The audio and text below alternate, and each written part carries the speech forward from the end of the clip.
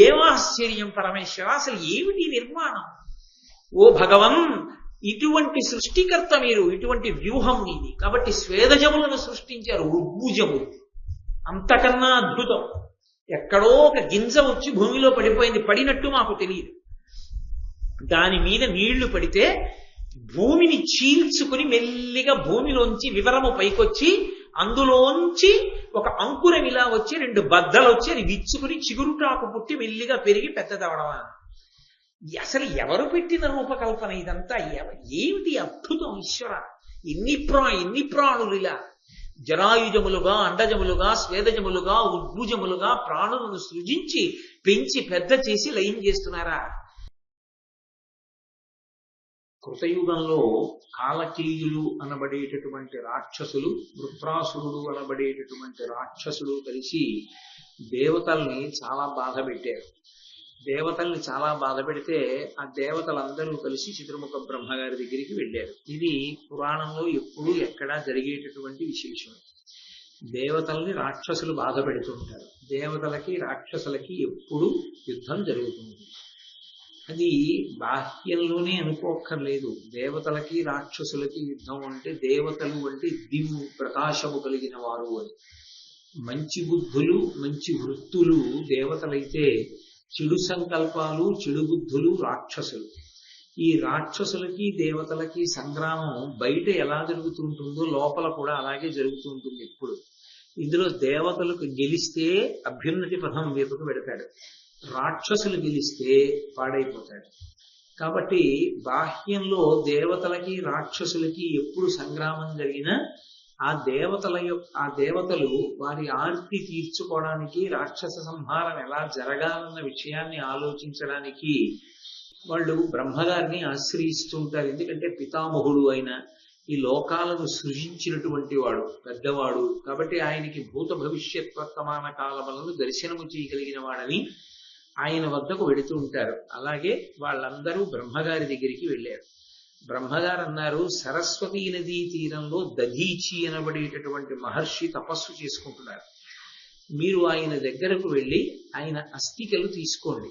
తీసుకుని ఆయన అస్థికలతో ఆయుధాలను తయారు చేయించండి. ఆ ఆయుధాలతో మీరు రాక్షసుల్ని నిర్జించగలుగుతారు అన్నారు. ఆ మాట ధర్మ విరుద్ధం కాదా? దధీచి మహర్షి యొక్క అస్థికల చేత మీరు ఆయుధాలు నిర్మాణం చేయించుకోండి అని విష్ణువు చెప్పడం ఎంతవరకు ముదావహం? కథాపరంగా వింటే బాగుంటుందేమో కానీ అది అసలు అంత యోగ్యమైన విషయంగా మనకి కనపడుతుందా? దేవతలు వెళ్ళి అటువంటి సబ్రాహ్మణుణ్ణి, అటువంటి మహర్షి యొక్క ఎముకలు కావాలంటే ఆయన ఏమవ్వాలి? శరీరం విడిచిపెట్టాలి. ఆయన శరీరం విడిచిపెట్టేస్తే కదూ ఆ ఎముకలు దొరికేది. ఆ ఎముకలతో కదూ ఆయుధాలు నిర్మాణం చెయ్యాలి. మరి మహర్షిని ప్రాణాలు విడిచిపెట్టమని అడగచ్చా అసలు? అంటే ఆయన యొక్క భార్య పేరు కూడా సువర్చ, లోపాముద్ర అని పిలుస్తారు. ఆవిడికి 2 పేర్లు, సువర్చ, సువర్చనే లోపాముద్ర అంటారు. అగస్త్య మహర్షి భార్య పేరు లోపాముద్ర ఎలాగో దధీచి మహర్షి యొక్క భార్య పేరు కూడా లోపాముద్ర. ఆయన ఎంతటి మహాత్యాగి, లోకరక్షణమునందు ఎంతటి పూనిక కలిగిన వాడంటే అసలు యథార్థమునకు, అంటే మహాభారతం ఆరణ్య పర్వమునందరి ప్రస్తావించబడిన విషయం కాకపోయినప్పటికీ నేను అనుషంగికంగా ప్రస్తావన చేస్తున్నాను. ఆయన ఒకానొకప్పుడు మంచి తపస్సులో ఉండగా దేవతలందరూ ఆయన్ని ఆశ్రయించారు. ఎందుకు ఆశ్రయించారు అంటే రాక్షసుల యొక్క ఉద్ధతి పెరిగిపోయి దేవతల దగ్గర ఉండేటటువంటి శస్త్రములు తమని బాధ పెడుతున్నాయని వాటిని బలవంతంగా లాక్కునే ప్రయత్నం చేశారు. అస్త్రము వేరు, శస్త్రము వేరు. అస్త్రము అంటే చేతిలో ఏం ఉండక్కర్లేదు, కత్తో, గొడ్డలో, గదో, లేకపోతే ధనస్సో, బాణమో ఏమీ ఉండక్కర్లేదు. అస్త్రము మంత్రస్వరూపము, అది అభిమంత్రింపబడుతుంది. ఒక గడ్డి పరకను తీసుకుని చేత్తో పట్టుకుని దాని మీద బ్రహ్మాస్త్రాన్ని అభిమంత్రించి విడిచిపెట్టచ్చు. అప్పుడు అది బ్రహ్మాస్త్రంగా ప్రయాణం చేస్తుంది. అందుకే అస్త్రమునకు చేతిలో ఏమీ ఉండక్కర్లేదు, అది మంత్రస్వరూపం. అందుకే ప్రయోగ ఉపసంహారములను మాత్రమే ఉపదేశం చేస్తారు. ఆ ఉపదేశం చేస్తే ఆ ఉపదేశం పొందినటువంటి వాడు ఆ మంత్రములను ఆమ్నాయం చేసి ఎప్పుడు అవసరమో అప్పుడు అస్త్రాన్ని దేని మీదకి అభిమంత్రిస్తాడో అదే అస్త్రంగా మారిపోతుంది, ఆ శక్తిని పొందేస్తుంది. అది గడ్డిపరక కావచ్చు. శ్రీరామాయణంలో రామచంద్రమూర్తి ఒక గడ్డిపరకని తీసి దాని మీద బ్రహ్మాస్త్రాన్ని అభిమంత్రించారు. అలా విడిచిపెడితే దాన్ని అస్త్రము అంటారు. అందుకే బ్రహ్మాస్త్రము, వారుణాస్త్రము, అగ్నియాస్త్రము, రౌద్రాస్త్రము ఇవన్నీ కూడా మంత్ర సంబంధములు. శస్త్రములు వేరు. శస్త్రము అంటే దానికి ఒక శక్తి ఉంటుంది. ఇప్పుడు శార్ంగము అని ఒక ధనస్సు, అది ఒక్క శ్రీ మహావిష్ణువుని పట్టుకుంటాడు. గాంధీవము అర్జునుడు పట్టుకుంటాడు. పినాకము పరమశివుడు పట్టుకుంటాడు. నందకము శ్రీ మహావిష్ణువు పట్టుకునేటటువంటి ఖడ్గం. అలా ఒక్కొక్కళ్ళ దగ్గర ఒక్కొక్క ఆయుధం ఉంటుంది. ఈ ఆయుధం పరమశక్తివంతమై ఉంటుంది. అది ఒక పట్టాన భేదింపబడదు, చాలా శక్తివంతంగా ఉంటుంది. అందుకని దాన్ని లాక్కునే ప్రయత్నం చేశారు రాక్షసులు. దేవతల దగ్గర ఉన్నటువంటి శస్త్రములను మేము లాగేసుకుంటామని. వాళ్ళ దగ్గర ఉన్న అంత గొప్ప గొప్ప శస్త్రములు పోతాయేమోనని వాళ్ళు పట్టుకెళ్ళి దధీచి మహర్షికి ఇచ్చేశారు. దధీచి మహర్షి దగ్గర రాక్షసులు పుచ్చుకోలేరా? పుచ్చుకోలేరు. ఎందుచేత అంటే ఆయన బ్రహ్మ తేజస్సు అటువంటి. అసలు ఆయన కళ్ళు మూసుకుని జపం చేసుకుంటుంటే ఆయన్ని చెనకే ప్రయత్నం కూడా చేయలేదు. దేవతల్ని చెనకగలరేమో, ఆయనని మాత్రం చెనకలేదు. అంటే ఆయన శక్తి అంతటిది. దిగ్బలం క్షత్రియ బలం బ్రహ్మతేజో బలం బలం అంటాడు విశ్వామిత్రుడు రామాయణంలో. క్షత్రియ బలమే పాటి, బ్రాహ్మణ బలమే గొప్పది, వాళ్ళకున్న మంత్రశక్తి అటువంటిది అంటాడు. కాబట్టి దధీచి అంతటి తేజస్సంపన్నుడు, అంతటి గొప్ప శక్తి కలిగిన వాడయ్యుండి అంతటి ఉదారుడు, అంతటి త్యాగమూర్తి. ఇంత తపశ్శక్తిని ఆయన దేనికి వాడుకున్నాడు? అసలు ఆ కుటుంబమే అటువంటిది.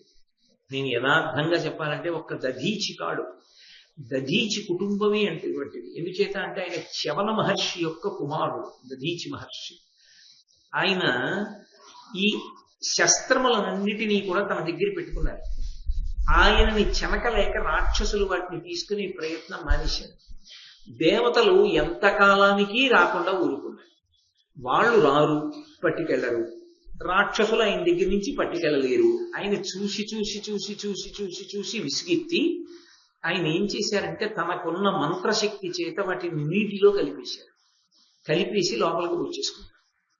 అవి ఇక పోతాయేమోనన్న భయం లేదు. తన యందు దోషం రాదు. అవి పుచ్చేసుకుంటే అవి లోపలికి వెళ్ళిపోయింది ఆ నీరు.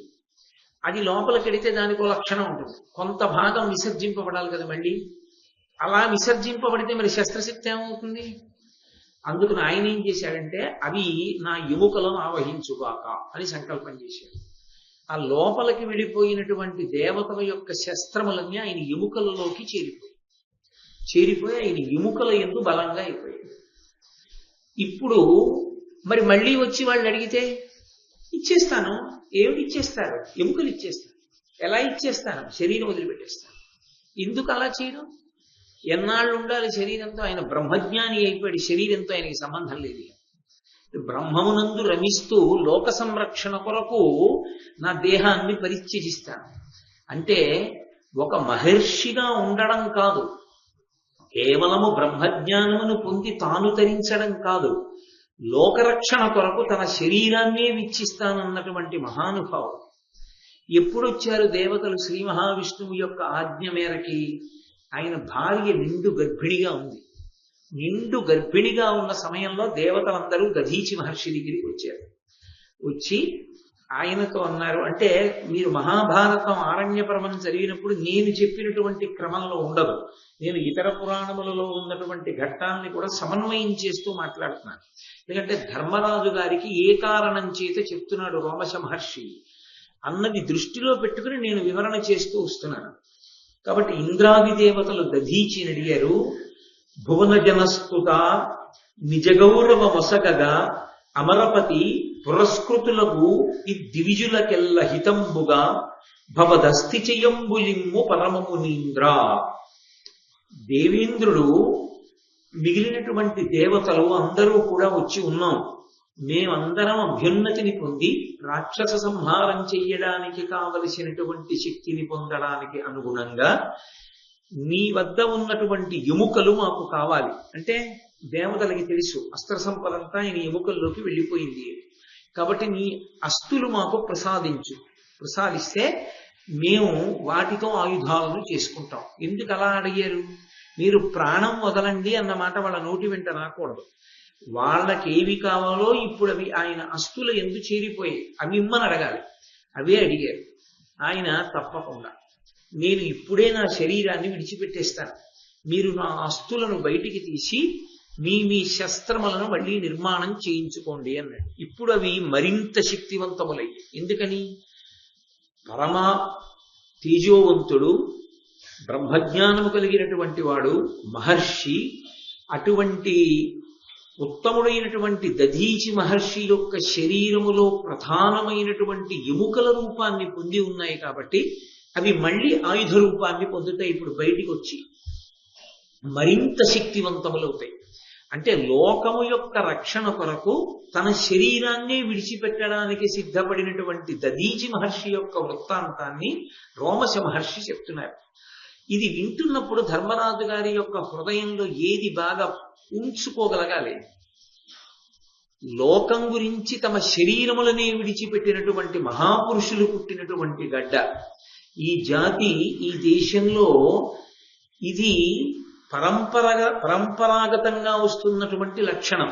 అందుకే ఎంతంత కష్టాలు పడి నిజంగా వాళ్ళు దేశం కోసం పరిశ్రమించారో ఆలోచన చేస్తే కన్నుల నీళ్లు తిరుగుతాయి. ఇవాళ వాళ్ళ పేర్లు ఎక్కడ వినపడకపోవచ్చు, ఇవాళ వాళ్ళ పేర్లు ఎత్తేవాళ్ళు లేకపోవచ్చు, ఇవాళ వాళ్ళ పేరు ఉచ్చరించేవాళ్ళు లేకపోవచ్చు, కనీసం అటువంటి వాళ్ళ యొక్క జనన తేదీ, వాళ్ళు శరీరం విడిచిపెట్టినటువంటి తేదీని స్మరించే వాళ్ళు కూడా లేకపోవచ్చు. అయినా వాళ్ళు నిస్వార్థంగా శరీరాన్ని దేశం కోసం విడిచిపెట్టేశారు. ఎంతమందో స్వాతంత్ర వీరుల యొక్క చరిత్రలు చదువుతుంటే ఆశ్చర్యంగా ఉంటుంది.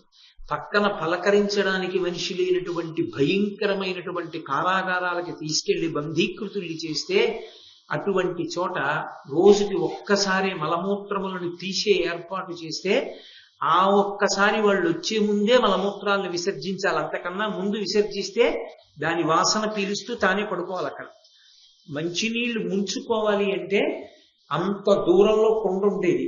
జాగ్రత్తగా ఇలా ముంచి తీసుకుంటేనే గ్లాసు చేతిలోంచి జారిపోయిందా ఇక మంచినీళ్ళు దొరకవు. మరునాడు ఉదయమే వస్తాడు ఒక సేవకుడు, పలకరించాడు, తుడిచి వెళ్ళిపోతాడంతే. అంత భయంకరమైనటువంటి కారాగారాల్లో తామెక్కడున్నారో వాళ్ళకి తెలియదు, తమ వాళ్ళు ఏమైపోయారో తమకి తెలియదు. పలకరించడానికి మనిషి ఉండడు. కాస్తంత బ్రతకడానికి రుచి లేని అన్నం పళ్ళెల్లో తెచ్చి లోపలికి తోస్తే అది తిని బతికారు. ఎంతమంది మహానుభావులు తమ జీవితాలు అలా ఒడ్డి పిచ్చివాళ్ళైపోయి తలలు బద్దలు కొట్టుకున్నారో, ఎంతమంది దేశమాత కోసం మేము ప్రాణాలు విడిచిపెడుతున్నామని సంతోషంగా శరీరాలు విడిచిపెట్టేశారో. అరవిందో జీవిత చరిత్ర చదివితే ఇన్ని కష్టాలు పడ్డారా స్వాతంత్ర సంగ్రామానికి అనిపిస్తుంది. ఇవాళ అటువంటి మహాపురుషుల యొక్క చరిత్రలు, అటువంటి మహానుభావుల యొక్క పేర్లు స్మరించడం కూడా మనకు అవకాశం ఉంది. మనం అటువంటి వాళ్ళని ఒక్కళ్ళని మనం స్మరిస్తున్నటువంటి పాపాన పోవట్లేదు. అసలు నిజంగా ఈ జాతి స్వేచ్ఛకి, ఈ జాతి యొక్క స్వాతంత్రానికి ఎవరు పోరాటం చేశారో వాళ్ళు పక్కకి వెళ్ళిపోయారు. రెండవ కోణాన్ని నేను ఎందుకు మాట్లాడాలి భారతం చెప్తూ, ఇది ఈ దేశానికి అనుసృతంగా వస్తున్నటువంటి సంపద. ఆ త్యాగం చేయడం అన్నది మహాపురుషులెందరో. అటువంటి వారిలో అగ్రగణ్యుడు దధీచి మహర్షి. రాక్షసుల నుండి లోకాన్ని సంరక్షించడం కోసం తన జీవితాన్ని త్యాగం చేశాడు. ఎటువంటప్పుడు? భార్య నిండు గర్భిణిగా ఉన్నప్పుడు.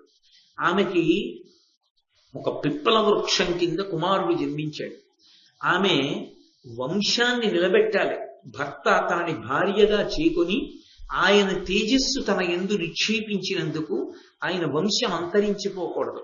అందుకే ఆయనకి కొడుకు పుట్టాడనే వరకు శరీరంతో ఉంది. తనకి ఇలా కొడుకు పుట్టాడు పిప్పల వృక్షం కింద, అంటే రావి చెట్టు కింద. కొడుకు పుట్టగానే ఆమె శరీరాన్ని వదిలిపెట్టేసింది, అగ్ని ప్రవేశం చేసి. పచ్చి పొరటాలు ఆమె వదిలిపెట్టింది శరీరాన్ని. వదిలిపెడితే అక్కడ ఉన్నటువంటి రావి చెట్లు చూసి మహానుభావుడు రా, అంతటి త్యాగమూర్తి. త్యాగే నైకే అమృతత్వమానసు అని ఇవాళకి మనం పరివ్రాజకుల్ని చూస్తే మంత్రం చెప్తాం. అటువంటిది అంతటి మహానుభావుడు, అటువంటి మహాత్యాగమూర్తి దధీచి భార్య. ఆ తల్లి లోపాముద్ర శరీరాన్ని విడిచిపెట్టింది. అందుకని తప్పకుండా ఈ పిల్లవాడిని కాపాడాలని ఆ రావి చెట్లన్నీ కూడా తమ యొక్క దివ్యమైన గాలి విసురుతూ చంద్రుణ్ణి ప్రార్థించి ఈ పిల్లవాడిని బ్రతికించమని. చంద్రుడు సుధాకిరణుడు కనుక అమృతధారల్ని కురిపించాడు. ఆ అమృతధారలు తాగి బతికాడు ఆ పిల్లవాడు. ఆ పిల్లవాడే పిప్పలాదుడు. అందుకే పిప్పల వృక్షం కింద బ్రతికాడు కాబట్టి ఆ పిల్లవానికి పిప్పలాద మహర్షి అని పేరు వచ్చింది. అంతటి మహాత్యాగమూర్తి దధీచి అంటే. అయితే ఈ క్రమాన్ని నేను కొంతవరకు, అంతా చెప్పానని కాదు, కొంతవరకు అవసరమైనంత మేర ఇతర పురాణముల నుండి కలపడం జరిగింది. ఆ వైభవం ఏమిటో, ధర్మరాజు గారి మనస్సు ఎంత ఆర్ద్రత పొంది ఉంటుందో. త్యాగం అంటే ఇలా ఉంటుందా? లోక సంరక్షణ కొరకు ఏదైనా విడిచిపెట్టడం అంటే చిన్న పని చేస్తే ఏదో మహాత్యాగం చేశామనుకుంటాం. తమ శరీరాల్ని విడిచిపెట్టేసినటువంటి మహాపురుషులు ఉన్నారు. కాబట్టి ఆయన ఆ దధీచి మహర్షి విడిచిపెట్టినటువంటి శరీరములో ఉన్నటువంటి ఎముకలను పైకి తీస్తే వాటిలోంచి ఆయుధములను నిర్మాణం చేశారు.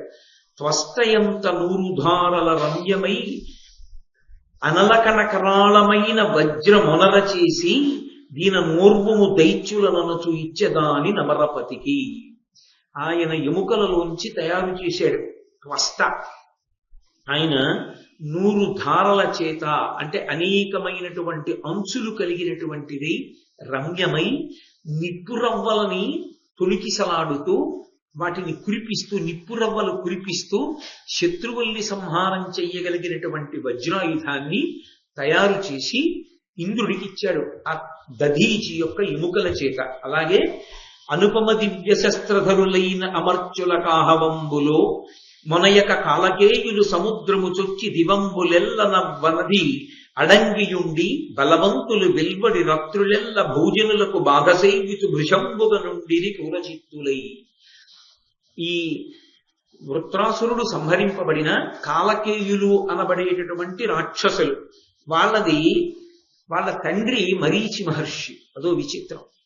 మహర్షులకు కూడా అటువంటి సంతానం లభించింది. వాళ్ళు శాపగ్రస్తులై కాలకేయులయ్యారు. మరీచి మహర్షి, ఊర్ణనాభి వాళ్ళిద్దరి పుత్రులే ఒకానొక సందర్భంలో ఆ కంసుడు మొదలైనటువంటి వాళ్ళగా కూడా ఆ కంసుని యొక్క కుమారులుగా వచ్చి శరీరాన్ని విడిచిపెట్టడం కూడా జరిగింది. కాబట్టి ఆ మరీచి మహర్షి యొక్క కుమారులైనటువంటి వాళ్ళు ఈ కాలకేయులు రాక్షసులు. వాళ్ళ తల్లి పేరు కాలక. కాలక అనబడేటటువంటి స్త్రీ ఎందు జన్మించారు వాళ్ళు. అటువంటి కాలకేయులు దేవతలని బాధ పెట్టేటటువంటి వాళ్ళై లోకానికి అంతటికీ ఇబ్బంది కల్పించారు. వాళ్ళు ఎంత ఇబ్బంది కల్పించారంటే వాళ్ళు ఒక సిద్ధాంతాన్ని నమ్మారు. ఏం నమ్మారంటే వాళ్ళు అన్నారు, విద్య, తపస్సు, ధార్మికమైన నడవడి, ఈ 3 కలిగిన వాళ్ళు ఎవరుంటారో వాళ్ళ వలన ఈ భువనములు నిలబడుతూ ఉంటాయి. అది కారణం. మహాభారతాన్ని చదువుకున్నప్పుడు అర్థం చేసుకోవలసిన పరమ రహస్యం అది. ఈ ప్రపంచం ఇంకా నిలబడుతోంది, భూమి నిలబడుతోంది అంటే ఎవరి కారణంగా నిలబడుతోంది అంటే భూమికి బరువు అయిపోయారు ప్రజలంటారు. అమ్మకి ప్రజలు బరువు అయిపోవడం ఏమిటి? అమ్మకి ప్రజలు బరువు ఎవరు? భూదేవికి. భూదేవికి బరువు ఎప్పుడైపోతారంటే పాపం ఎక్కువైపోతే ఆవిడికి బరువు అయిపోతుంది.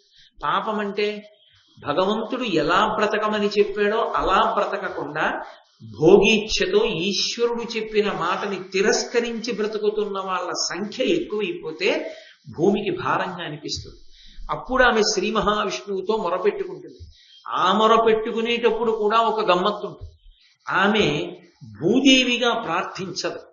భూదేవిగా ప్రార్థన చేసిందనుకోండి, వింటాడు, వినకపోతాడు. గోరూపధారిణి అయి ప్రార్థన చేస్తుంది. మీరు ఎక్కడైనా చదవండి పురాణంలో, ఆమె గోరూపధారిణి అయి ప్రార్థించింది అంటారు. గోవు యొక్క రూపాన్ని ధరించి ప్రార్థిస్తుంది. ఎందుకో తెలుసా? గోవు ప్రార్థన చేసింది, మోరలెత్తి అరిచింది అంటే విష్ణువు వెంటనే జోక్యం చేసుకుంటాడు. గోవుకి అపకారం జరిగినా, గోవుకి ఇబ్బంది కలిగినా అక్కడ సస్యశ్యామలంగా ప్రజలందరూ సంతోషంగా ఉండరు. ఎక్కడ గోవు రక్షింపబడుతుందో, ఎక్కడ గోవు పూజింపబడుతుందో అక్కడ సమస్తమైన కోరికలు తీరుతాయి. అక్కడ దేవతల యొక్క అనుగ్రహం అంతా వర్షింపబడుతుంది. అందుకే ఒక్క గోసేవ చాలు 33 కోట్ల మంది దేవతల యొక్క సేవ. కాబట్టి అటువంటి ఆ గోరూపధారిణి భూమి అడుగుతుంది, పాపము పెరుగుట అంటే ఈశ్వరుడు వద్దన్నట్లుగా బ్రతికే వాళ్ళ సంఖ్య పెరుగుట. కానీ భూమి ఎవరి వలన నిలబడుతుంటుంది అంటే విద్య కలిగిన వారు. విద్య అంటే లౌకికమైన విద్య వేరు. లౌకికమైనటువంటి విద్య లోకమును నిలబెట్టేటటువంటి విద్య కాదు, అది కుక్షింభరత్వము అంటారు. గత జన్మలలో చేసుకున్నటువంటి పుణ్యం క్షయమైపోవాలంటే కొన్ని రకాల విద్యలు వస్తాయి. అదే విద్యను అడ్డుపెట్టి మళ్ళీ భగవంతుడికి దగ్గర అవ్వడానికి కూడా మార్గం ఉంటుంది.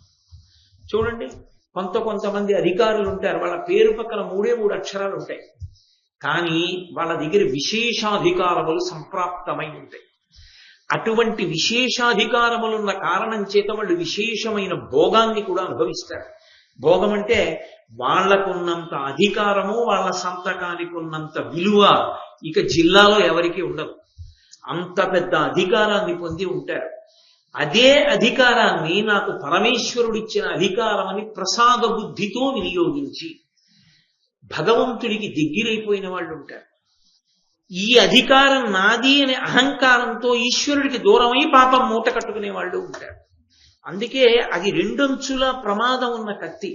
అన్ని వేళలా తరించడానికి యోగ్యము అని చెప్పడానికి అవకాశం ఏమి ఉండదు. కానీ అసలు నిజమైన విద్య ఒకటి ఉంటుంది. అందుకే శారద, శృంగేరిలో మీరు శారదని చూడండి, పుస్తకాలు కుడి చేత్తో పట్టుకోదు ఆవిడ, ఎడం చేత్తో పట్టుకుంటుంది. ఎప్పుడైనా మీరు ఒక దేవతామూర్తి దర్శనానికి వెళ్ళినప్పుడు ఆయన కుడి చేతి వైపు ఏమున్నాయి, ఎడం చేతి వైపు ఏమున్నాయి చూడాలి. ఆయన కుడి చేతితో ఏది పట్టుకున్నాడో అది అన్నిటికన్నా గొప్పది. ఎడం చేతిలో పట్టుకున్న వాటికన్నా కుడి చేతిలో పట్టుకున్నవి గొప్ప అని గుర్తు. శారద అంటే సారాన్ని కటాక్షిస్తుంది. అటువంటి శారద పుస్తకాలు ఎడం చేత్తో పట్టుకుని అమృత పాత్రని ఎడం చేత్తో పట్టుకుంటుంది. కుడి చేతిలో పుస్తకాలు కుడి చేతిలో అక్షమాల పట్టుకుని ఆ అమ్మవారు పై చేతిలో అభయహస్తం పట్టుకుంటుంది, లేదా కింది చేతిలో అభయహస్తం పట్టుకుని పై చేతిలో జపమాల పట్టుకుంటుంది. దాని అర్థం ఏమిటి? పుస్తకాలు చదవడం వల్ల వచ్చినటువంటి విద్య ఏది ఉన్నదో, పుస్తకాలు చదువుకోవడం వల్ల వచ్చినటువంటి ఒక విద్య, దాని వల్ల వచ్చిన అధికారము ఏమున్నదో అది చాలా గొప్పది కాదు. దేనికన్నా? ఇటువైపు ఉన్న అక్షమాల కన్నా గొప్పది కాదు. అక్షమాలకు అర్థం ఏమిటి? తిరుగుతుంది. అంటే ఏది చదువుకోవాలో అది చదువుకుని దాని వలన వచ్చినటువంటి సారమును లోపల తిప్పుతున్నవాడని గుర్తు. ఏది అది? అకారము నుండి క్షకారము వరకు ఉన్న అక్షరాలన్నీ కూడా సమస్త వాంగ్మయమును ప్రతిపాదిస్తాయి. ఈ అకారము నుండి క్షకారము వరకు ఉన్నటువంటి అక్షరముల యొక్క స్వరూపిణి అయిన పరదేవతా తత్వాన్ని ఉపాసన చేసిన వాడు ఎవరున్నాడో వాడు విద్ అంటే తెలుసుకొనవలసిన దానిని తెలుసుకున్నవాడు. అందుకని విద్యులోంచి వేదం వచ్చింది. ఆ భక్తి తత్పరుడై ఆ భక్తితో కూడినటువంటి వాంగ్మయాన్ని చదివి ప్రపంచాన్ని ఈశ్వరోచ్ఛిష్టంగా ఈశ్వర ప్రసాదంగా చూసిన వాడు ఎవరున్నాడో వాడు పరమేశ్వరుణ్ణి జగత్తుని చూస్తూ లోపల తిప్పుతూ ఉంటాడు. ఇదంతా ఈశ్వర నిర్మాణం అని చూస్తూ ఉంటాడు. భగవత్ ప్రసాదంగా జగత్తుని చూస్తాడు. అలా చూస్తున్న వాడికి అకారము నుండి క్షకారము వరకు ఉన్నటువంటి వాంగ్మయము పరదేవత యొక్క ప్రసాదము. అందుకే ఆదిక్షాంత సమస్త వర్ణ నికరి శంభు ప్రియే శాంకరి. కాశ్మీర్ అని అన్నపూర్ణాష్టకం చేస్తూ శంకరాచార్యులు వారు ఆదిక్షాంత సమస్త వర్ణ నికరి శంభు ప్రియే శాంకరి, ఆ నుండి క్షా వరకు ఉన్నటువంటి అక్షర సమాన్నాయ స్వరూపిణి అని పిలుస్తారు అమ్మవారిని. కాబట్టి అటువంటి విద్య పొందిన వారెవరున్నారో వారి వలన కేవలం తెలిసుండి అది అనుష్ఠానానికి పనికిరాకపోతే ఉపయోగం లేదు. హిరణ్యకశిపుడు చెప్పినంత వేదాంతం లోకంలో ఎవరూ చెప్పలేరు.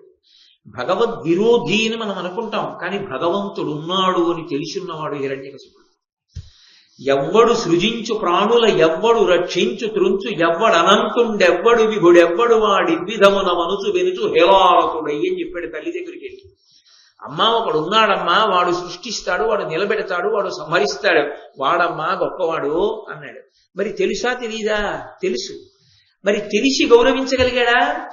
ఎవరు ఉన్నాడన్నాడో వాణ్ణి నేను సంహరిస్తానని బయలుదేరాడు. ఏమిటి ఉపయోగం దానివల్ల? కాబట్టి ఉన్నాడని తెలిసిన వాణ్ణి భక్తితో ఉపాసన చేసిన వాడు ధన్యుడు, వాడు తపస్సు. ఆ తపస్సు అనేక విధాలుగా ఉంటుంది. తపస్సు అంటే ఎక్కడికో వెళ్ళి కేవలం జపమాల తిప్పడమే తపస్సు అని మీరు అనుకోండి. శృణ్వంతప పరమభక్తి తత్పరులై వినేటటువంటి వాళ్ళు. నాకు అప్పుడప్పుడు కొన్ని ఉత్తరాలు వస్తుంటాయి. నేను ఆ ఉత్తరాలు చూసి వీళ్ళ స్థాయి నాకు లేదు అని సిగ్గుపడుతూ ఉంటాను. వాళ్ళు వాళ్ళ జీవితాన్ని వ్రాస్తూ ఉంటారు. మేము ఇలా ఉండేవాళ్ళం, మేము మీ అన్న మాట ఎందుకు అనాలి, అదో అహంకారం అవుతుంది. నా మాటల వల్ల కాదు, వాళ్ళకి అందులో భగవంతుడు ఏదో ఇచ్చాడు. నా మాటల వలన మారిన వాళ్ళైతే వాళ్ళకన్నా ఎక్కువ నేను మారి ఉండాలి చెప్పినందుకు అసలు కాదు. కాబట్టి విన్నాం, ఇప్పుడు మేము ఇలా చేస్తున్నాం, అలా చేస్తున్నాం, ఇలా ఉంటున్నాం, అలా ఉంటున్నాం అని వాళ్ళు ఉత్తరాలు రాస్తే నేను ఆశ్చర్యపోతుంటాను ఆ ఉత్తరాలు చదివి. కాబట్టి తపస్సు అంటే శృణ్వంతప పరమభక్తి శ్రద్ధలతో వినేవాడు ఎవరో ఉంటాడు, వాడి కోసం చెప్పిస్తూ ఉంటాడు పరమేశ్వరుడు. అంతేకాని ఇవాళ ఏం పని లేదు కాబట్టి భారతం వినడానికి ఎడదామన్న వాళ్ళ కోసం భారతం చెప్పించేవాడు కాదు పరమేశ్వరుడు. భారతం వినాలని కుతూహలపడుతున్నవాడు ఎవరో ఉంటాడు, వాడు ఉన్నాడు ఈ సభలో అన్న విషయం నాకు కూడా తెలియకపోవచ్చు.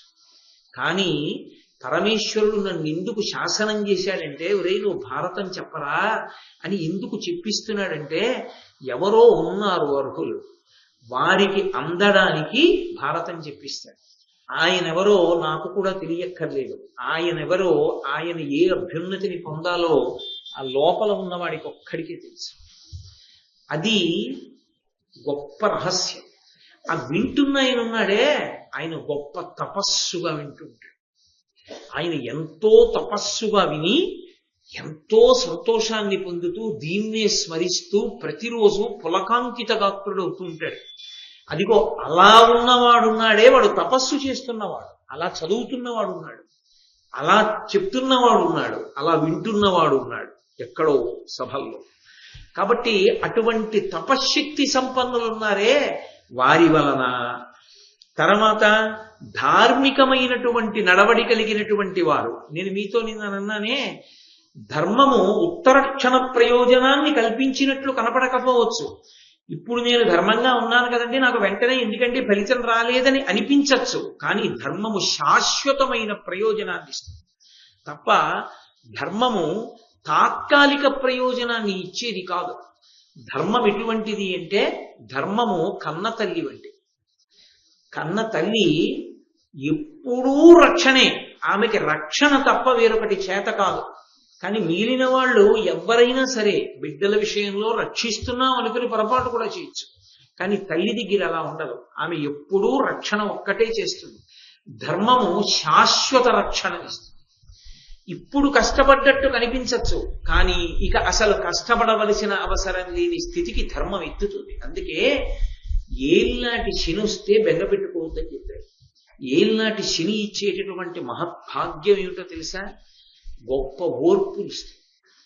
భగవంతుడి పాదములు పట్టుకున్న వాడికి శనీశ్వరుడు మహానుభావుడై, శనీశ్వరుడు కాడు, ఈశ్వరత్వం లేదు గ్రహానికి, శనీశ్వరుడు. శనైహి చరహ, మెల్లగా నడుస్తాడు ఆయన, ఎక్కువ కాలం ఉంటాడు. అందుకే ఆయన గొప్ప ఓర్పునిస్తాడు, కష్టాల్ని తట్టుకోగలిగినటువంటి అనుభవాన్ని ఇస్తాడు ఆయన. అందుకే అలా ఎవరు ధర్మమునందు ఊంచుకుని నిలబడ్డారో అటువంటి వాళ్ళ వల్ల ఈ భువనములు నిలబడుతున్నాయి. కాబట్టి ఈ భువనములు నాశనం అయిపోవాలంటే వాళ్ళని చంపేస్తే చాలు. కాబట్టి వాళ్ళని వెతకండ్రా ఎక్కడున్నారో అన్నారు. ఎక్కడుంటారు వాళ్ళు మాకేం అక్కర్లేదని వెళ్ళి అరణ్యాల్లో కూర్చుంటారు. తమ రక్షణ కూడా వాళ్ళు తమ చూసుకోరు. అది విష్ణువు యొక్క తత్వంలో ఉన్న గొప్పతనం. విష్ణు తత్వము యొక్క గొప్పతనం ఏంటంటే, వాడు రాక్షసుడని విష్ణువుకి తెలియక కాదు, అలా తెలియకపోతే ఆయన విష్ణువే కాడు. ఆయనకి తెలుసు వాడు రాక్షసుడు, వాడు తప్పు చేస్తున్నాడని తెలుసు. కానీ ఆయన చంపడం. ఆయన చంపడం అంటే ఏంటంటే ఆయన ఏం కత్తెట్టుకురావక్కర్లేదు, ఆయన లోపల నుంచి బయటికి వెళ్ళిపోతే చాలు వాడు పడిపోతాడు. కానీ ఆయన చంపడం. అందుకే ధూర్తులైన వాళ్ళు ఎన్ని ప్రసంగాలైనా చేయగలుగుతున్నారు భగవంతుడికి వ్యతిరేకంగా. కానీ అలా చంపడాయన. ఆయన బాగా ఓరుస్తాడు. ఓర్చి కొంతమంది జోలికి వెళ్లే వరకు ఊరుకుంటాడు. ఆయనే చెప్పాడు భాగవతంలో, ప్రహ్లాదోపాఖ్యానంలో ఆయన చెప్పాడు, శుద్ధ సాధులందు, సురలందు, శృతులందు పరమ భాగవతోత్తములైనటువంటి వారి జోలికి వెళ్ళిన నాడు వాళ్ళు సంహరింపబడేటట్టుగా ఆయన వెంటనే విష్ణువు యొక్క జోక్యం జరిగేటట్టుగా వస్తుంది పరిస్థితి. ఆయన జోక్యం చేసుకున్న తర్వాత ఇక వాళ్ళు ఉంటారు. అందుకే పెడబుద్ధి బాగా పెరిగిపోయిందని గుర్తు ఏమిటంటే పరమ భాగవతోత్తములైన వారి జోలికి ఎడతారు ఆఖరణ. అదే వినాశకాలమునందు పుట్టే విపరీత బుద్ధి. ఏం చేసినా చేయకపోయినా పర్వాలేదు, కానీ పరమ భాగవతోత్తములైన వారి జోలికి మాత్రం ఎన్నడూ వెళ్ళకూడదు. అది పరమ సాహసం. కాబట్టి మనం వాళ్ళనందరినీ కూడా ఇబ్బంది పెడదామన్నారు. బయలుదేరారు. వశిష్ఠ మహర్షి యొక్క ఆశ్రమంలోకి వెళ్ళి 197 మందిని చంపేశారు. వేదం చదువుకుంటున్నారు, హోమం చేసుకుంటున్నారు, ధార్మికమైన నడవడి ఉన్నవాళ్ళు 197 మందిని చంపారు. శవనుని ఆశ్రమంలోకి వెళ్ళి 100 మందిని చంపేశారు. భరద్వాజుడి ఆశ్రమంలోకి వెళ్ళి 20 మందిని చంపేశారు. ఇలా ఎందరో జ్ఞానులను, ఎందరో తపశ్శాలులను వాళ్ళు ప్రతిరోజు కూడా సంహారం చేస్తున్నారు. చూసి దేవతలు వైకుంఠానికి వెళ్ళారు. ఇది మీరు ఎప్పుడైనా ఈ క్రమాన్ని చూడడం కాదు, ఈ క్రమం ఎక్కడైనా అన్వయం, ఎప్పుడైనా ఇదే అన్వయం. వీళ్ళ ఆటలు ఎంతకాలం సాగుతాయంటే విష్ణు జోక్యం జరిగే వరకు. విష్ణు జోక్యం ఎప్పుడు జరుగుతుంది? పరమ భాగవతోత్తముడు ఎవరి జోలుకో వెళ్ళి చెనకుతాడు, అక్కడ ఆయన జోక్యం చేసుకుంటాడు. ఇప్పుడు దేవతలందరూ వైకుంఠానికి వెళ్ళి అన్నారు, ఈశ్వర మీరు ఈ ప్రపంచాన్నంతటినీ సృజించారు, మీరే సృష్టించారు. సృష్టించినప్పుడు మీరు జరాయుజములను, స్వేదజములను, ఉద్భుజములను, ప్రాణులను 4 రకములుగా సృష్టించారు. ఇందులో మీరు ఏ రకంగా ప్రాణిని పుట్టిస్తారు అన్నది మీ యొక్క నిర్ణయం ప్రకారంగా జరుగుతోంది. అది అలాగే పుడుతుంది తప్ప ఇంకొకలా ప్రాణి పుట్టడానికి వీల్లేదు. జరాయుజములు అని ఉన్నాయనుకోండి, అవన్నీ కూడా మావితో పుట్టాలి, అంటే పైన మాంసపు తొడుగుతో పుట్టాలి. అలాగే పుట్టాలని నిర్ణయం అయితే అది అలా కాకుండా ఇంకోలా పుట్టదు, అప్పుడు సృష్టికి విరుద్ధం. అది ఒక ఉదాహరణ చెప్పాలి అంటే, ఒక ఆవుకి దూడ పుడుతుంది, పుట్టినప్పుడు మావితో పుడుతుంది. ఒళ్ళంతా మాంసం దానికి పొర అంటుకుని ఉంటుంది, నెత్తురు ఉండి పుడుతుంది. ఆవే నాలుకతో నాకి శుద్ధి చేసేస్తుంది. జరాయుజములై ప్రాణులు పుట్టాలి అని పరమేశ్వరుడు నిర్ణయం చేసిన ప్రాణులన్నీ అలాగే పుడతాయి తప్ప ఇంకొకలా పుట్టడం కుదరదు. ఆయన దేశానికి సార్వభౌముడండి, ఆయనకి కొడుకు పుట్టినా అలాగే పుట్టాలండి, అంతే అంతే. అది ఈశ్వర శాసనం, అలాగే పుట్టాలి, మావితోనే పుట్టాలి, ఇంకొకలా పుట్టడం కుదరదు.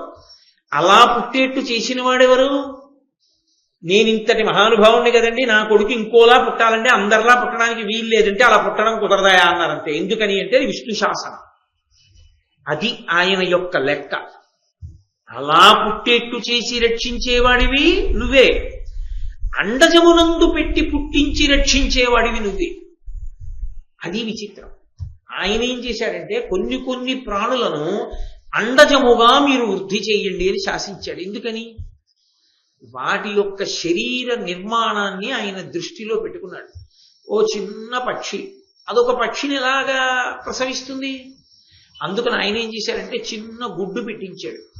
గుడ్డు లోపల సొన, ఆ సొన పిండాకృతిని పొందుతుంది. దేని వలన? పరమ ఆశ్చర్యం. పిండము మాంసపు తొడుగులో ఉండి అమ్మ కడుపులో ఉండి పెరుగుతుంది జరాయుజం. గుడ్డు పెంకు లోపల ద్రవ రూపంలో ఉండి పిండ రూపాన్ని పొందుతుంది. ఎలా? అమ్మ కడుపు వేడి తగిలే, అక్కడ అమ్మ కడుపు వేడి తగిలే, ఇక్కడ అమ్మ కడుపు వేడి తగిలే. ఎలా? ఎవరు నేర్పారు పక్షికి? ఎప్పుడు అలా అలా అలా ఎగిరిపోయే పక్షి కూర్చుంటే ఒకలాగే కూర్చోగలిగిన పక్షి వచ్చి రెండు కాళ్ళు గుడ్డుకి అటు ఇటు పెట్టి గట్టిగా కూర్చుంటే గుడ్డు యొక్క పెంకు పగిలిపోతుందని, అందులో ద్రవం ఉందని, సొన పిల్లగా మారుతుందని, మారి గుడ్డు పెంకు పగలగొట్టుకుని పైకి వస్తుందని, అది మొట్టమొదట్లో ఆహారం సంపాదించదని, తాను తెచ్చి దాని నోట్లో పెట్టాలని ఎవరు నేర్పారు ఆ పిట్టకి?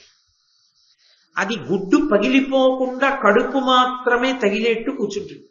ఏదో కర్తవ్యంగా కాదు, దానికి ఆ తల్లి ప్రేమ ఉంది, ఆ సంతోషం ఉంది ఆ కూర్చోవడంలో. ఆ గుడ్డు పెంకు దాని కడుపుకి తగిలినప్పుడు దాని వేడి పెంకుకి తగిలి, పెంకు యొక్క వేడి సొనకి తగిలి సొన పిండాకృతిని పొందుతుంటే, కడుపులో బిడ్డ పెరిగి పెద్దవాళ్ళు అవుతుంటే తంతుంటే తల్లి పొంగిపోయినట్టుగా ఆ పెంకు లోపల ఉన్నటువంటి ద్రవం పిండాకృతిని పొందుతుంటే పక్షి మైమరచి కళ్ళు మూసుకుంటుంది. పక్షి గుడ్డుని పొదగడం బొమ్మ గీయగలరేమో, గుడ్డుని పొదుగుతున్నప్పుడు పక్షి పొందుతున్న ఆనందాన్ని బొమ్మ గీయగలరా? గీయలేరు. అది ఒక్క విష్ణువు యొక్క శాసనం, ఆయనకే తెలుసు. అది ఆయన చిద్విలాసం అంటే. ఈశ్వర మీరు పెట్టిన ప్రజ్ఞ, లేకపోతే దానికి ఎలా తెలుసు? ఏదైనా కనపడితే ముక్కుతో కొడుతుంది, తన గుడ్డుని మాత్రం కొట్టదు. అంత ఉద్దికగా పొదుగుతుంది, అంత జాగ్రత్తగా. అక్కడ పడేసిన దూది, ఇక్కడ పడేసిన బట్ట ముక్క తీసుకొచ్చి గుట్లో వేసి అందులో ఏ పుల్ల ముక్క గుచ్చుకోకుండా గుడ్డును పెట్టి పొదుగుతూ ఆ పెద్దదైనటువంటి గుడ్డుని బద్దల కొట్టుకుని చిన్న పిల్ల పైకొచ్చి రెక్కలు రానిది నోరొక్కటి విప్పితే ఎక్కడికో వెళ్ళి తీసుకొచ్చి ఆ ముక్కుతోటి దాని నోట్లో గుచ్చుకోకుండా ఎర్రగా మాంసంతో చిన్న నాలుకతో అది ఇలా విప్పి మూసే లోపల తన నోట్లో ఉన్న ఆహారపు కణికని దాని నోట్లో పెట్టి అది మింగే లోపల మళ్ళీ వెళ్ళి ఇంకొకటి తెచ్చి ఇంకో పిల్లకి పెట్టుకుంటుంది. పెట్టిన పిల్లకే పెట్టడం కాదు, ఏ పిల్లకి పెట్టిందో దాన్ని వదిలి రెండో పిల్లకి పెట్టుకుంటుంది, మూడో పిల్లకి పెట్టుకుంటుంది. పక్షికి ఆకలి ఎక్కువ, తను తింటూ పిల్లలకి పెట్టుకుంటూ పిల్లల్ని పోషించి పిల్లలకి రెక్కలొచ్చి ఎగిరిపోతే వెళ్ళిపోయారని బెంగ పెట్టుకోకుండా తన జీవనం తాను చేసుకుంటుంది. ఈశ్వర ఎక్కడ నుంచి పెట్టారు ఇదంతా? ఏమి అద్భుతం అసలు ఈ సృష్టి! ఈ జ్ఞానం మేము వెళ్ళి పక్షులకి బోధ చేశామా? మనం ఏమైనా ట్రైనింగ్ క్లాస్ పెట్టామా? ఎలా వస్తోంది ప్రతి పక్షికి? మహానుభావుడు బసవపురాణంలో పాల్కురికి సోమనాథుడు అంటాడు, ఎక్కడ ఒక మొగ్గ విచ్చుకుంటే పువ్వు, మనం విప్పితే పసరిక కంపు. అదే మల్లె మొగ్గ తనంత తాను విచ్చుకుంటే సువాసన. ఆమె కన్య, ఏమీ తెలియనిది. పసిపిల్లవాడికి అక్క మల విసర్జన చేస్తే వాడి రెండు కాళ్ళు పైకెత్తి పట్టుకుని వాడి అవయవాన్ని తుడుస్తుంటే, అబ్బా అక్క అలా ఎలా తుడుస్తావే అన్న చెల్లి తనకి పిల్లలు పుడితే, ఏమే మరి నన్ను ఆ రోజుల్లో అనేదానికంటే ఏదో అన్నాను కానీ వీడు నా బంగారు తండ్రి అంటుంది. మరి ఒక కన్యలో మాతృప్రేమ ఎలా దాగింది అంటే ఆయన అన్నాడు, మొగ్గలో పువ్వు దాగి ఉన్నట్టు సువాసన దాగి ఉన్నట్టు అన్నాడు. కన్యలోనే తల్లి దాగి ఉంది, అది ఈశ్వర శాసనం అయినప్పుడు పరిమళిస్తుంది. కాబట్టి ఈశ్వర జరాయుజములను, అండజములను, స్వేదజములను సృజించారు మీరు. అదో అద్భుతం. అసలు పురుష ప్రాణి లేదు, స్త్రీ ప్రాణి లేదు, రెండిటి మధ్య సమాగమం లేదు.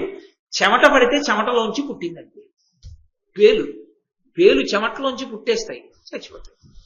స్వేదజాన్ని చెమటలోంచి పుట్టిన ప్రాణి ఎక్కడ పుట్టిందో అక్కడే ఆహారం తిని పెరిగి పెద్దదైపోతుందంటే అక్కడే వెతుక్కుని ఆ తల లోపలే, తాను ఏ తలలో పుట్టిందో ఆ తల లోపలే ఆ చర్మం అడుగున రక్తం ప్రవహిస్తోందని, ఆ రక్తం రుచిగా ఉంటుందని రుచి మరిగి ఇంత చిన్న పేరు కొరికి మరీ నెత్తుర్ని లాగేసి పెరిగి పెద్దదై దట్టంగా ఉన్నటువంటి అరణ్యంలో సింహం చిరతపులి పరిగెత్తినట్టు ఆ వెంట్రుకల మధ్యలో పరిగెత్తుకుంటూ అది వెళ్ళిపోయి బతికేస్తూ ఉంటుంది. ఆఖరికి దువ్వెన్నకో దొరికి చచ్చిపోతుంది, తర్వాత విషయం.